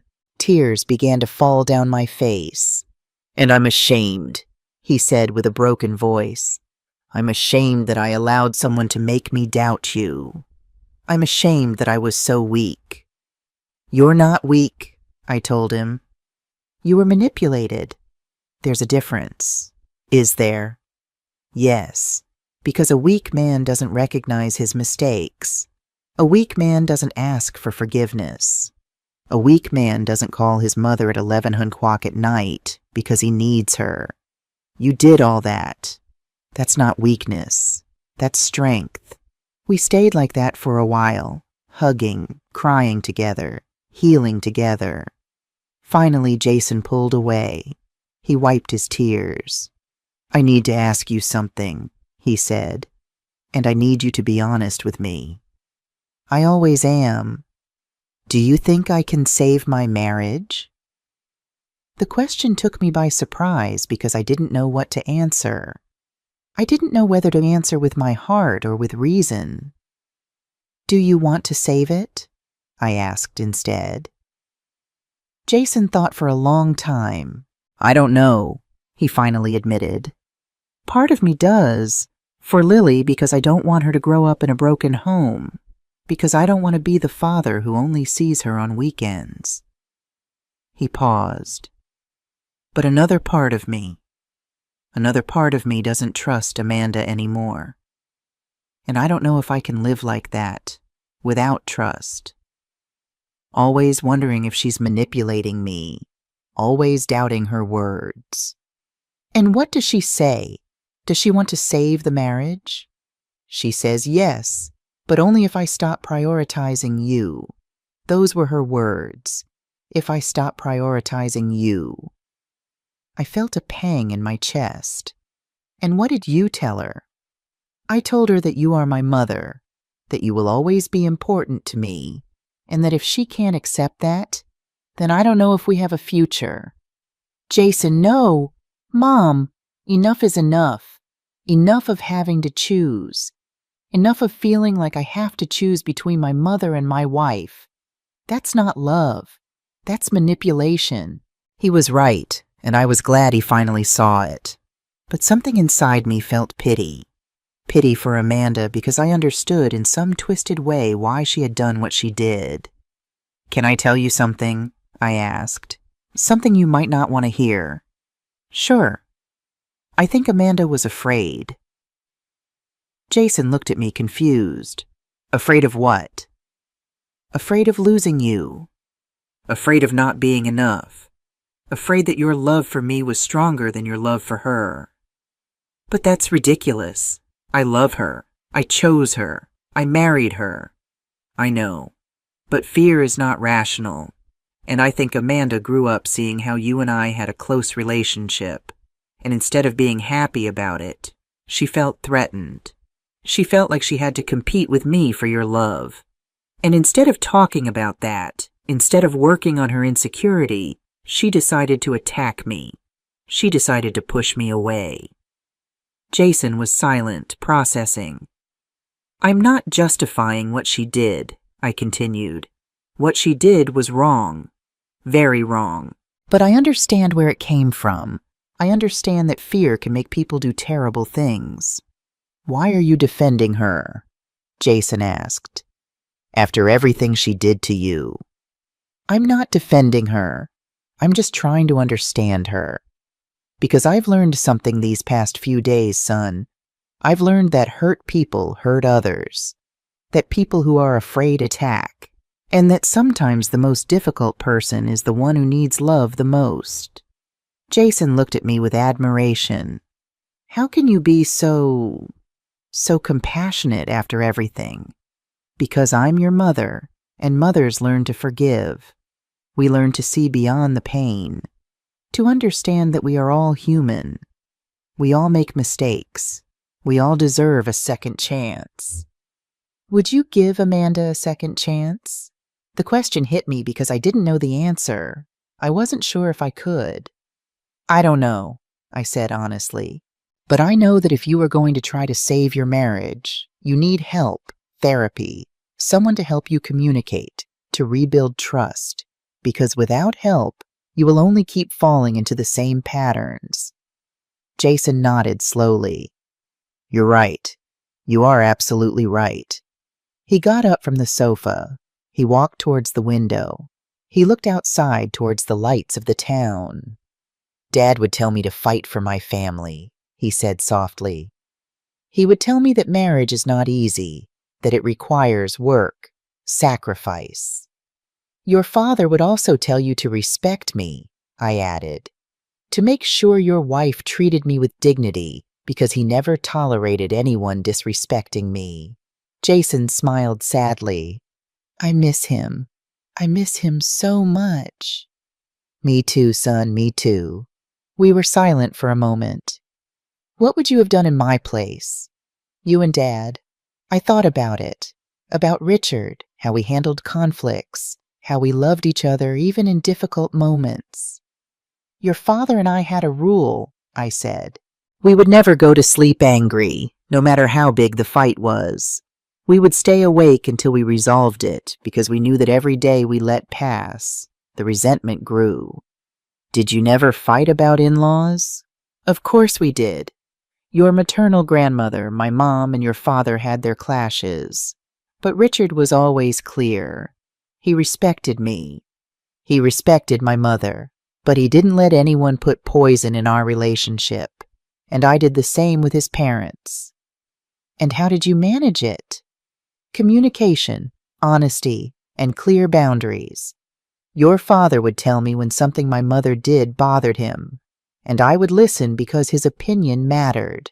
But I would also ask him to be fair, not to exaggerate, to understand that my mother came from a different time, from another generation. Jason sat down again. He looked calmer, more centered. Thank you, Mom, he said. For coming, for listening to me, for not judging me. I will always be here, son. Always. I stayed with him until 2 o'clock in the morning. We talked about everything, about his childhood, about Richard, about the mistakes we had both made, about how to rebuild what had been broken. When I finally left, I drove back home feeling something different in my chest. It was no longer just pain. It was no longer just rage. It was hope. Hope that maybe, just maybe, we could heal from this. Not immediately, not without effort, but eventually, I arrived home. I went in, and for the first time in days, the silence didn't feel heavy. It felt peaceful. I sat on my bed. I looked at the photos on my nightstand, and I talked to Richard as I sometimes did when I missed him too much. Our son is going to be okay, I said to his photo. He made mistakes, big mistakes, but he has your heart, and that means he's going to find his way back.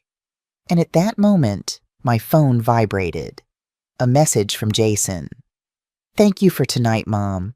I talked to Amanda. We're going to try therapy. I don't promise anything, but we're going to try. I love you. I smiled. For the first time in days, I truly smiled because there was light at the end of the tunnel.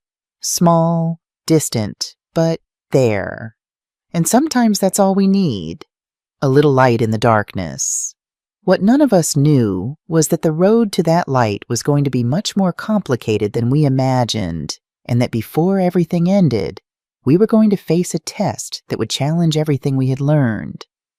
But that night, in the peace of my room, I allowed myself to have hope, and that was enough. The following weeks were a slow process of healing. Jason and Amanda started therapy. I didn't ask much about it.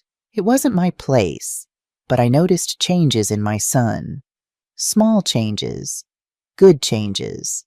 He called more often. He came to visit me on Saturdays with Lily. Amanda never came, but that was fine. We both needed distance. David was working on canceling the deed of gift. It was a slow process, full of papers and bureaucracy, but we were making progress. The evidence of deception was clear. It was only a matter of time.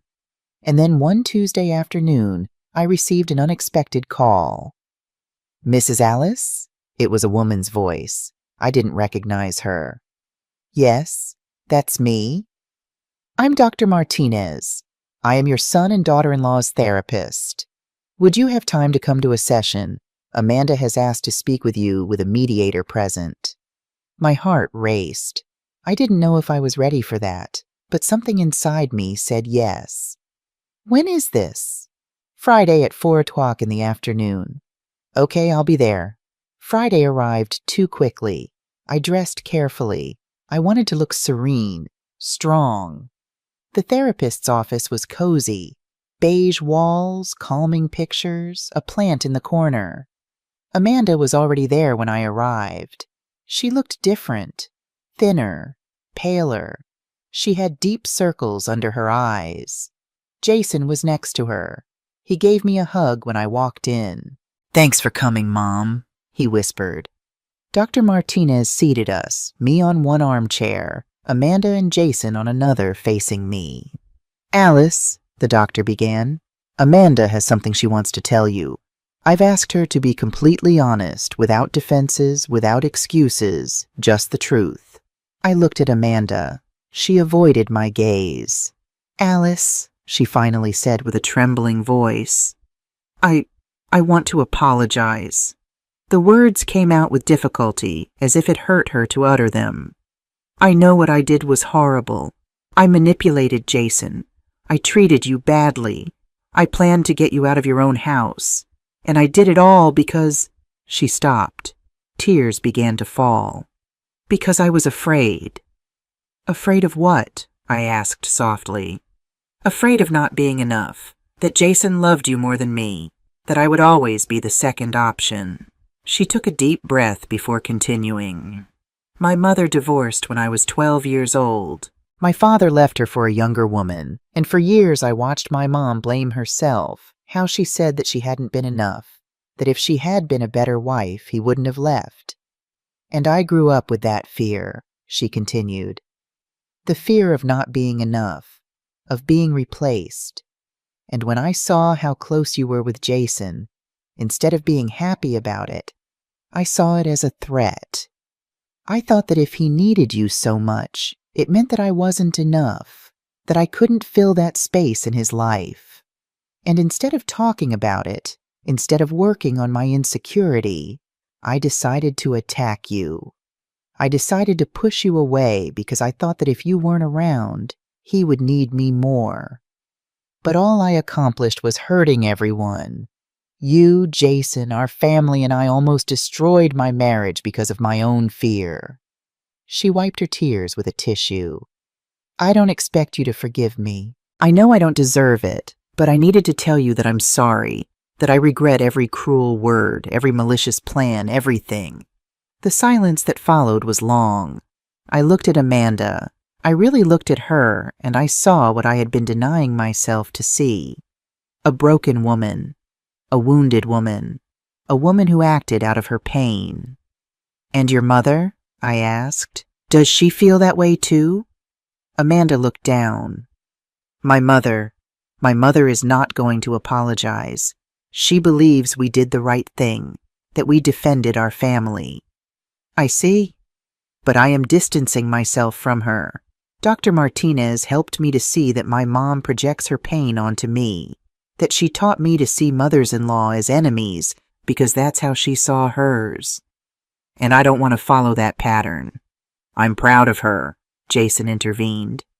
"I know this is difficult, confronting your own mother, but she's doing it for us, for our family." I looked at my son. I saw the love in his eyes when he looked at Amanda, and I understood something. He had chosen, not between her and me. He had chosen to heal, chosen to grow, chosen to build something better. "Amanda," I finally said, "I appreciate your honesty. I appreciate you recognizing what you did." "Do you forgive me?" she asked hopefully. "I'm working on it," I answered honestly. "Forgiveness is not instantaneous. It's a process. But I promise you that I'm trying, for Jason, for Lily, for all of us." Amanda nodded. "It's more than I deserve." "We all deserve forgiveness," I said. "We all make mistakes. The difference is whether we recognize them and work to be better." Dr. Martinez smiled. This is a big step for everyone. The session continued. We talked about boundaries, about expectations, about how to rebuild trust. At the end, as we were saying goodbye, Amanda approached me. "Alice," she said timidly, "do you think someday we can, I don't know, have coffee? Get to know each other for real? Without lies, without games?" I looked at her, and for the first time I saw potential. I saw the possibility of something new. "Someday," I said, "when we are both ready." She smiled, a small but genuine smile. "Thank you." I drove back home feeling something strange in my chest. It wasn't complete happiness. There was still pain. There were still scars, but there was something else. Something I hadn't felt in weeks. Real hope. And that night when Jason called me at 7 o'clock, as always, our conversation was different. "How are you feeling, Mom?" "Tired, but good." "And you?" "Relieved. Amanda has been working hard on herself, and I have too. We're learning to communicate for real." "I'm glad, son." "Mom, there's something else I want to tell you." "Tell me." "We canceled the contract. David succeeded. The house is completely yours again, without strings attached." I closed my eyes. I felt an enormous weight lift from my shoulders. "Thank you," I whispered. "No, thank you for not giving up, for fighting for what was yours, for teaching me that setting boundaries is not selfishness, it's self-love." We hung up, and I sat in my living room in my house that was finally only mine again, feeling peace because justice doesn't always come from the courts. Sometimes it comes from the simple act of the truth coming to light, from people recognizing their mistake, from love being stronger than pride. And although the path had been painful, although the scars would remain, I knew we had learned something valuable, that families can break, but they can also heal. And we were healing slowly, painfully, but healing. What would you have done in my place? Would you have forgiven? Or would the pain have been too great? Because what comes now is the most important part of this story. The final test, the true challenge to everything we thought we had resolved. And it came in the form of a call from an unexpected person. A call that would make us face our deepest fears and our strongest convictions. Because healing is never a straight line. It's a winding path full of setbacks and victories, full of tears and smiles. And our journey was just beginning. The call came on a rainy Tuesday morning. I was in the kitchen making coffee, listening to the gentle patter of raindrops against the window, when my phone rang. An unknown number. I hesitated for a moment before answering. "Hello? Is this Alice Carter?" A male voice, unfamiliar, somewhat hesitant. "Yes, this is she. Who's calling?" "My name is Thomas Bryant. You don't know me, but I'm Susan Parker's ex-husband, Amanda's father." My hand froze midway to my coffee cup. Amanda's father. The man who had left Susan 2 decades ago. The source of so much of Amanda's pain and insecurity. "How did you get my number?" I asked, my voice carefully neutral. "Jason contacted me. He found me through social media. He said it was important that we talk." Jason had never mentioned reaching out to Amanda's father. This was unexpected. "What did he tell you?" "Enough for me to understand that my daughter and ex-wife have caused you considerable pain, and that perhaps I bear some responsibility for that, even indirectly." I sat down at the kitchen table, coffee forgotten. Outside, the rain grew heavier, drumming against the roof. "Mr. Bryant, Thomas, please." "Thomas, I'm not sure what you think you can accomplish by calling me." There was a long pause on the other end of the line. "Honestly, neither am I." But Jason seemed to think it might help everyone understand what's happening. He mentioned something about patterns, about history repeating itself. Patterns. Yes, that made sense. The wounded daughter becoming like her mother. The cycle of insecurity and manipulation passing from one generation to the next. "Would you be willing to meet?" Thomas asked. "Just to talk. I've been reflecting a lot since Jason contacted me, And I think there are things about Susan and Amanda that might help you make sense of what happened. I thought about it. Part of me wanted nothing to do with this man or any further complications. But another part, the teacher in me perhaps, was curious. If understanding Susan and Amanda's past could help prevent future pain, wasn't it worth exploring? "All right," I said finally. "When?" We arranged to meet at a small cafe downtown the following day. After hanging up, I immediately called Jason. "You contacted Amanda's father?" I asked when he answered. There was a moment of silence before he responded. "I'm sorry, Mom. I should have told you. Dr. Martinez suggested it might be helpful to understand the full family dynamic, to see if there were patterns we weren't recognizing. And you didn't think to discuss this with me first? I wasn't sure you'd agree. And honestly, I needed to understand for myself, for my marriage, for Lily's future." I sighed. "He called me. We're meeting tomorrow." "Do you want me to come with you?" "No," I said firmly. "This is something I need to do alone." The cafe was quiet the next morning. Just a few patrons scattered at tables reading newspapers or typing on laptops. I spotted him immediately. A tall man with graying hair and Amanda's eyes, sitting in a corner booth, nervously turning a coffee cup between his hands. He stood when he saw me approach. "Alice, thank you for coming." We exchanged awkward pleasantries as I settled across from him. A waitress took my order, just tea, and then we were alone. Two strangers connected by a tangled web of family pain. "I'll be direct," Thomas said after a moment. "Jason told me what happened, how Susan moved into your bedroom, how Amanda manipulated the situation, how Jason was caught in the middle." "Yes," I said simply. No need to elaborate on wounds still so fresh. "What you may not know is that this isn't the first time Susan has done something like this." I raised an eyebrow, inviting him to continue. "Our marriage didn't end simply because I fell for someone else, as I'm sure Susan has claimed. The truth is far more complicated." He took a deep breath. "Susan has always had difficulties with boundaries, especially with mother figures." "What do you mean?"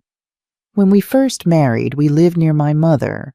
They got along well at first, but then Susan began to see threats where there were none. She would interpret innocent comments as criticism. She became convinced my mother was trying to control our lives." This sounded painfully familiar. "Eventually, Susan gave me an ultimatum. Either we move away from my mother, or she would leave me. I chose Susan. We moved across the country, and I barely saw my mother for years. When Amanda was born, visits were rare and always tense." I sipped my tea, processing this information. "And you believe this same pattern played out between Susan, Amanda, and me?" He nodded. "Susan taught Amanda to see mothers-in-law as competition, as threats. Not intentionally, perhaps, but through years of witnessing her behavior. When I heard what happened with you, it was like history repeating itself." "Why are you telling me this now?" Thomas looked down at his coffee. "Guilt, maybe. I enabled Susan's behavior for years before I finally left. And in leaving, I damaged Amanda in ways I'm only now beginning to understand. I thought I was escaping a toxic situation, but I abandoned my daughter to it. That still doesn't explain why you contacted Jason or why you wanted to meet me." He met my eyes directly. "Because I want to help break the cycle. For Amanda's sake. For Lily's sake. Jason is trying so hard to save his marriage, and I admire that. But unless Amanda truly understands where her insecurities come from, history will keep repeating itself." I sat back in my chair, studying this man who seemed genuinely remorseful, yet had been absent from his daughter's life for so long. "Have you spoken to Amanda?" "Not yet. She doesn't know I've contacted Jason or you. I wanted to understand the situation better first." I considered this information, this new piece of the puzzle. If Susan had a history of alienating mother figures, if she had taught Amanda, consciously or not, to view mothers-in-law as threats to be eliminated, it explained so much of what had happened. "I think you should talk to Amanda," I said finally. "Not about me, but about your relationship with your mother, about the patterns that might be repeating. She needs to hear it from you. I'm afraid she won't listen. Susan has painted me as the villain for 20 years. Maybe, but she's in therapy now. She's trying to understand her own behavior. This might be the first time she's ready to hear the truth." Thomas nodded slowly. "You're right. I'll try." He hesitated, then added, "Jason said you were kind, that despite everything, you were trying to understand Amanda rather than simply condemning her. I can see why. You're a remarkable woman, Alice Carter." I dismissed the compliment with a wave of my hand. "I'm just a mother who wants her son to be happy." "And what about your happiness? After everything they put you through?" I considered the question. "My happiness can't depend on others. Not on Jason, not on Amanda, not even on my granddaughter. I've learned that the hard way. I'm rebuilding my life on my terms now." When I left the cafe, I felt strangely lighter. Not because all problems were solved, far from it, but because another piece of the puzzle had fallen into place. Understanding didn't erase the hurt, but it did make it easier to bear. I called Jason that evening and shared what I had learned. "That matches what Dr. Martinez has been helping us uncover," he said. "Amanda's fear of abandonment, her competitive relationship with you, it all stems back to her childhood, to watching her mother's behavior." "Does that make it easier to forgive her?" I asked. "It makes it easier to understand her," Jason replied carefully. "Forgiveness is still a work in progress, for both of us. Thomas is going to reach out to Amanda. I know, she's nervous about it, but willing to meet him. That's progress in itself." "And how are things between you two?" Jason sighed. "Better in some ways, harder in others. Being honest means confronting painful truths, but at least we're confronting them together now." "That's all anyone can ask for," I said. "Honesty and effort." After we hung up, I went out to the garden. The rain had stopped, leaving everything fresh and glistening. I tended to the flowers that Richard and I had planted years ago, thinking about cycles and patterns, about how pain passes from one generation to the next unless someone has the courage to break the chain. Was Amanda finding that courage? Was Jason? Was I? Time would tell. Friday arrived all too quickly. As I dressed for the therapy session, I found myself unreasonably nervous. Meeting Amanda's therapist, sitting in that formal setting, discussing our feelings, it was all so far outside my comfort zone. I chose my outfit carefully: a soft blue blouse, comfortable slacks, minimal jewelry. I wanted to appear approachable but not vulnerable, strong but not intimidating. It was a delicate balance. Dr. Martinez's office was in a converted Victorian house downtown, with a discreet brass plaque beside the door. Inside, the waiting room was warm and inviting. Soft lighting, comfortable chairs, a small fountain in the corner, creating a gentle, soothing sound. Amanda was already there when I arrived, sitting stiffly on the edge of a chair, her hands clasped tightly in her lap. She looked up when I entered, her expression a mixture of apprehension and something else. Determination, perhaps. "Alice," she said, standing. "Thank you for coming." "Of course," I replied, keeping my tone neutral. Jason arrived minutes later, looking relieved to find both of us there and still civil with each other. He kissed my cheek, then took Amanda's hand, a bridge between two worlds. Dr. Martinez appeared precisely on time, a petite woman in her mid-40s with kind eyes and an air of quiet competence. "Thank you all for being here," she said as we settled in her office. This is an important step. The office was comfortable but professional. 3 chairs had been arranged in a semicircle facing the therapist's chair. Plants lined the windowsill, and soothing artwork hung on the walls. It was a space designed for difficult conversations. "Before we begin," Dr. Martinez said, "I want to establish some ground rules. We speak from our own experience. We use I statements. We don't interrupt. And most importantly, we remember that everyone here wants healing, even if we disagree on how to achieve it." We all nodded our agreement. "Good. Now Amanda has requested this session because she has something she wants to share." "Amanda?"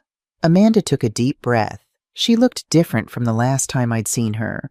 Thinner, yes, but also somehow more present, more solid in herself. "Alice," she began, her voice trembling slightly. "I've been working with Dr. Martinez for several weeks now, trying to understand my behavior, my choices.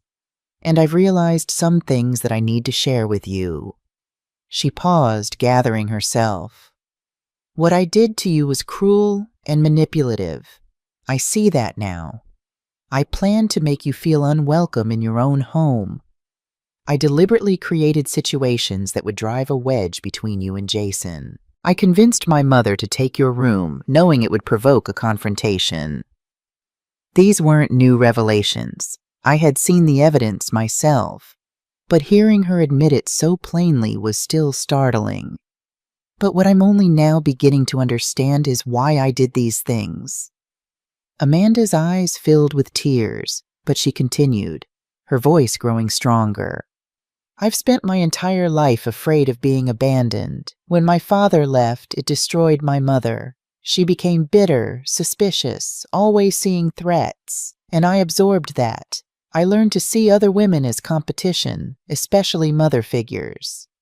Jason reached over and took her hand, supporting her through this difficult admission. "When I saw how close you and Jason were, I didn't see a beautiful mother-son relationship. I saw a threat. I convinced myself that your influence would somehow diminish mine, that if Jason loved you, he couldn't possibly love me enough."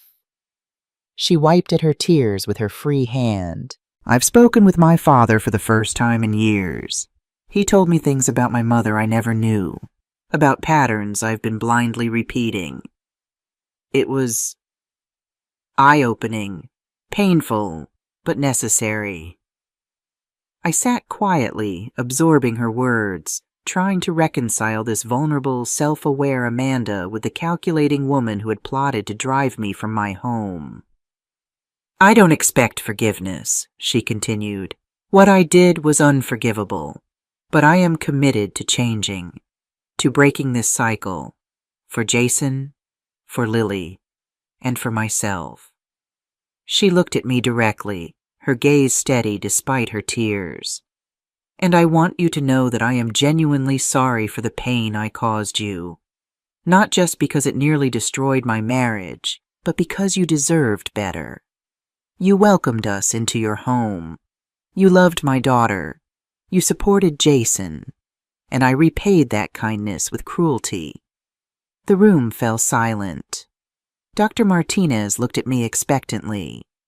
"What are you feeling right now, Alice?" she asked gently. What was I feeling? Relief, certainly, at hearing Amanda take responsibility. A cautious hope that perhaps real change was possible, but also skepticism. Words were easy. Actions were what mattered. "I appreciate your honesty, Amanda," I said carefully. "And I believe you mean what you say in this moment." "But," Amanda prompted, sensing my reservation. "But trust, once broken, is not easily rebuilt. I can forgive the past. I'm working on that. But moving forward requires more than words. It requires consistent action over time." "That's fair," she said, nodding. "More than fair." "I do have a question," I continued. "You mentioned Susan. Where does she stand in all of this?" Amanda's expression tightened. "My mother and I, We're not in a good place right now. She feels betrayed that I'm reconnecting with my father. She doesn't understand the work I'm trying to do here. She still believes we were justified in what we did to you." "And what do you think, Doctor?" Martinez asked her. "I think I love my mother, but I can't let her dictate my life anymore. I can't continue these toxic patterns just to please her." Amanda turned to me. "She won't apologize to you, Alice. I've asked her to, but she refuses. She still believes you were trying to control Jason, that you were the problem." "I see." I wasn't surprised. Susan had never shown any remorse for her role in what happened. "I don't agree with her," Amanda said firmly. "Not anymore. And I've told her that if she can't respect my marriage, respect Jason's relationship with you, then she can't be a central part of our lives." This was unexpected. Amanda setting boundaries with her mother, prioritizing her marriage over her mother's approval. It was a significant step. "That must have been difficult," I acknowledged. "It was the hardest conversation I've ever had," Amanda admitted. "But necessary. Dr. Martinez has helped me see that my loyalty to my mother was destroying my marriage, my happiness, and even my relationship with Lily." "How so?" I asked, genuinely curious. "I was teaching Lily the same toxic patterns my mother taught me. To be suspicious of others' love. To see relationships as competitive rather than supportive. To manipulate rather than communicate directly." Amanda's voice broke. "I don't want that for her. I want her to be better than I was." Jason, who had been quiet until now, spoke up. "We're both working to create a healthier environment for Lily," he said. "And part of that is rebuilding our relationship with you, Mom, if you're willing." I looked at my son, at the hope in his eyes, at the genuine remorse in Amanda's face, and felt something shift within me. Not complete trust, that would take time, but a willingness to try. "I am willing," I said simply, "one step at a time." Dr. Martinez smiled. "This is excellent progress. Now, let's talk about practical steps moving forward. How can we create healthy boundaries that respect everyone's needs?" For the next hour, we discussed visitation with Lily, communication expectations, holiday arrangements, the mundane but crucial details that would define our relationship going forward. It was awkward at times, occasionally tense, but fundamentally productive. As the session ended, Amanda approached me somewhat hesitantly. "There's one more thing," she said. "The house. Your house. Jason and I have been talking, and we'd like to pay you back rent for the time we lived there. It won't undo what happened, but it's a small way to acknowledge that we took advantage of your generosity." This gesture, practical rather than merely symbolic, touched me more than I expected. "That's not necessary," I began, but Amanda shook her head. "It is necessary, for me. Please let me do this one concrete thing to begin making amends." I nodded, accepting her offer, not for the money itself, but for what it represented. A tangible acknowledgement of wrong done and a commitment to right it. As we prepared to leave, Dr. Martinez suggested we schedule another joint session in a month to assess our progress. We all agreed. Outside the office, standing on the sidewalk in the warm afternoon sun, there was an awkward moment. How does one say goodbye after such an intense, intimate conversation? Jason solved the problem by suggesting lunch. "Nothing fancy, just the diner down the street. If you're both up for it?" Amanda looked at me questioningly. I hesitated. This was more than I had bargained for today. The therapy session had been draining enough, but I also recognized it as an opportunity, a small step toward normalcy. "All right," I agreed. "But just a quick lunch. I have errands to run this afternoon." As we walked to the diner, I found myself alongside Amanda while Jason went ahead to secure a table. "Thank you," she said quietly, "for coming today, for listening, for being willing to try." We're family, I replied simply. Complicated, flawed, but still family. I want to be worthy of that, she said. Of being part of your family. Then be worthy, I told her, not unkindly. Not with grand gestures or dramatic apologies, just with consistency, honesty, and respect, day after day. She nodded, understanding that the real work was only beginning. Lunch was surprisingly pleasant, slightly awkward at times, but with moments of genuine warmth. We avoided heavy topics, focusing instead on Lily's latest achievements, Jason's work projects, mundane matters that formed the fabric of family life. As I drove home afterward, I reflected on how much had changed in just a few weeks. The wounds were still there, still tender, but they were beginning to heal. Not through forgetting, but through confronting, understanding, and choosing to move forward. That evening, alone in my house, truly my house now without qualification or threat, I sat in the garden as dusk fell. The air was sweet with the scent of flowers, and a gentle breeze stirred the leaves of the old oak tree that Richard had planted when we first moved in. I thought about cycles broken and patterns disrupted, about the courage it takes to face one's own flaws, about the long, slow work of rebuilding trust. And for the first time since this all began, I felt genuine optimism that we might, all of us, find our way to something better than before. The phone rang, interrupting my thoughts. It was Jason. "Just checking in," he said. "How are you feeling after today?" "Tired," I admitted. "But good. It was an important step." "For all of us," he agreed. "Amanda was nervous you'd reject her apology outright." "I considered it," I said honestly. Jason laughed. "I know you did, but you're giving her a chance. Giving us a chance. That means everything, Mom." "Well, we're family," I said, echoing what I'd told Amanda earlier. "We try." After we hung up, I remained in the garden until the first stars appeared. The house behind me was quiet, empty of other voices, other lives. Yet somehow it felt fuller than it had in a long time, filled not with people, but with possibility. The path ahead would not be smooth or straight. There would be setbacks, disagreements, old hurts reopened, but we had taken the first steps toward healing, toward a new understanding of what family could be. And for tonight, that was enough. The first visit was scheduled for Sunday afternoon.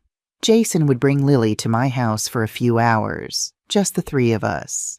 Amanda would stay behind, giving us space to rebuild our relationship without the tension her presence might create. I spent Saturday cleaning, though the house was already spotless. I baked cookies, chocolate chip, Lily's favorite. I bought new coloring books and crayons. I even pulled out some of Jason's old toys from the attic, carefully stored away decades ago. Was I nervous? Absolutely. It had been weeks since I'd seen my granddaughter. What if she had forgotten me? What if she had absorbed the tension, sensed that something was wrong? They arrived precisely at 1 o'clock. Jason, looking cautiously optimistic, and Lily, clutching her favorite stuffed rabbit, slightly shy but not fearful.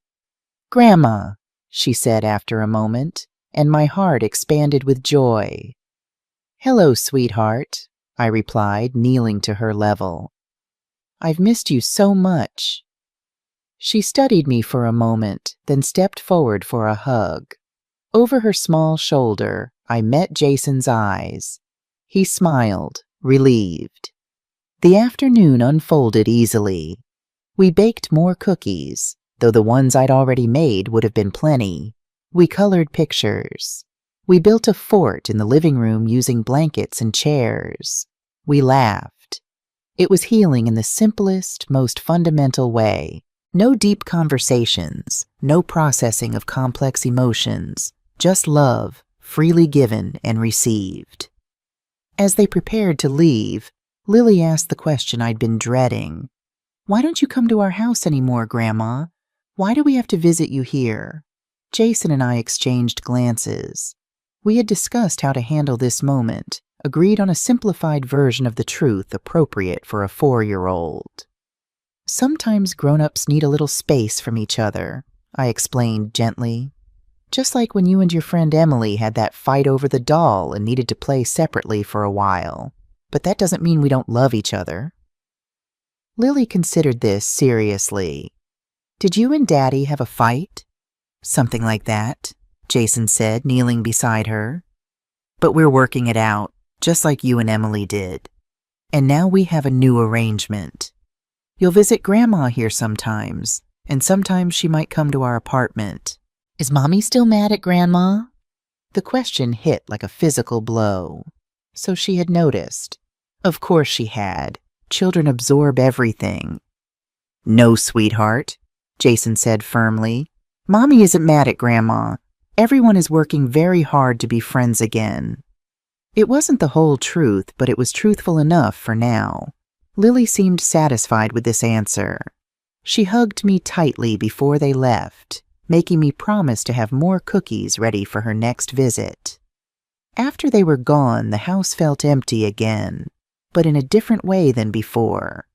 Not a hollow emptiness, but a space holding the echo of laughter, waiting to be filled again.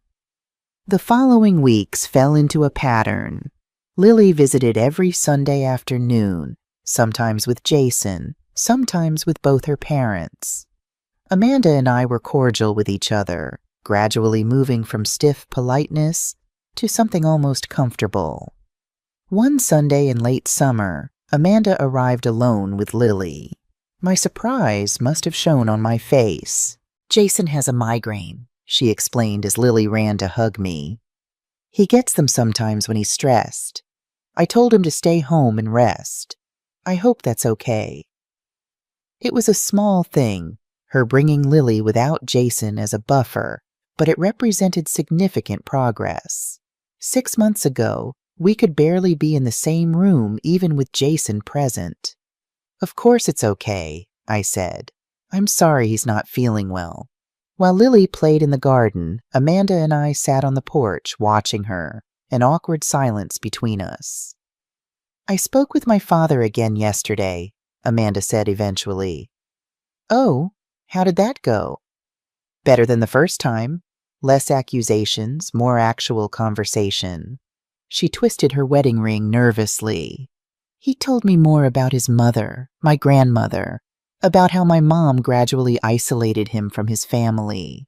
I nodded, encouraging her to continue. "It's strange to hear another perspective on your childhood, to realize that what you thought was normal might have been problematic." She looked out at Lily, who was chasing butterflies among the flowers.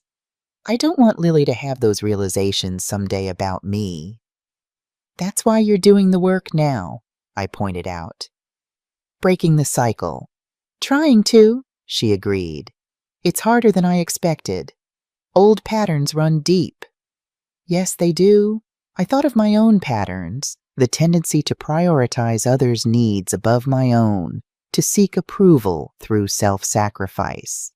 But recognizing them is the first step to changing them." Amanda glanced at me. "Jason says you've changed too, that you're more assertive now, setting clearer boundaries." I considered this. I suppose I am. I had to learn the hard way that loving someone doesn't mean erasing yourself, that healthy relationships require mutual respect. "I'm trying to learn that lesson with my mother," Amanda admitted. "It's not going well. These things take time. She's refusing to see Lily unless I come to my senses about you." Amanda's voice was tight with pain. "She says I've betrayed her by reconciling with my father and with you." I felt a surge of anger toward Susan, not for her treatment of me, but for the emotional blackmail she was inflicting on her daughter. "I'm sorry," I said sincerely. "That's a terrible position to be put in. Jason says I should maintain the boundary, that giving in would only reinforce her behavior." What do you think? Amanda watched Lily for a long moment before answering. I think he's right. I think my mother needs to understand that I'm an adult now, with my own family, my own choices. And if she can't respect that, she trailed off, the implications clear. It's a difficult choice, I acknowledged. Was it difficult for you, setting boundaries with Jason, with us? I thought about that tumultuous time, the pain and anger I had felt, the hard decisions I had made. Yes, I said honestly. It was one of the hardest things I've ever done, but also one of the most necessary. Amanda nodded slowly. That's how I feel about this situation with my mother. Hard, but necessary. We fell silent again, but it was a different kind of silence now, thoughtful rather than awkward. A silence between two people finding unexpected common ground. Lily ran up to us then, breathless with excitement over a particularly beautiful butterfly she had spotted. The moment passed, but something had shifted between Amanda and me. A small step toward understanding, perhaps even toward friendship. As they prepared to leave later that afternoon, Amanda paused at the door. Thank you, she said quietly. Not just for today, but for being willing to rebuild. For giving me another chance with your family. We're all learning, I replied, together. That evening I called Jason to check on his migraine. Better now, he said. How was your day with Amanda and Lily? Any awkwardness? Less than you might expect, I told him. We actually had a good conversation about boundaries and family patterns. Really? He sounded pleasantly surprised. That's great, Mom. It's a start, I agreed. How are things with you two? Better every day. The therapy is helping. We're communicating more honestly, being more intentional about our relationship. He paused. I'm proud of her, Mom. The work she's doing isn't easy. I know, I said. I can see the effort she's making. And I'm proud of you too, for being open to this healing process.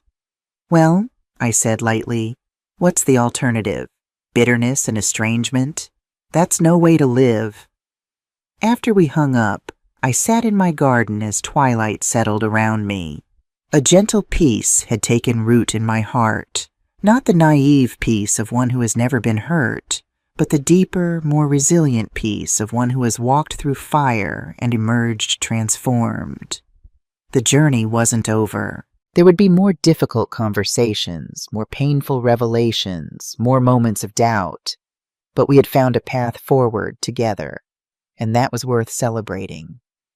I looked up at the first evening star appearing in the darkening sky and made a silent promise to Richard. I would continue to nurture this fragile new beginning, this family reborn from the ashes of misunderstanding and hurt.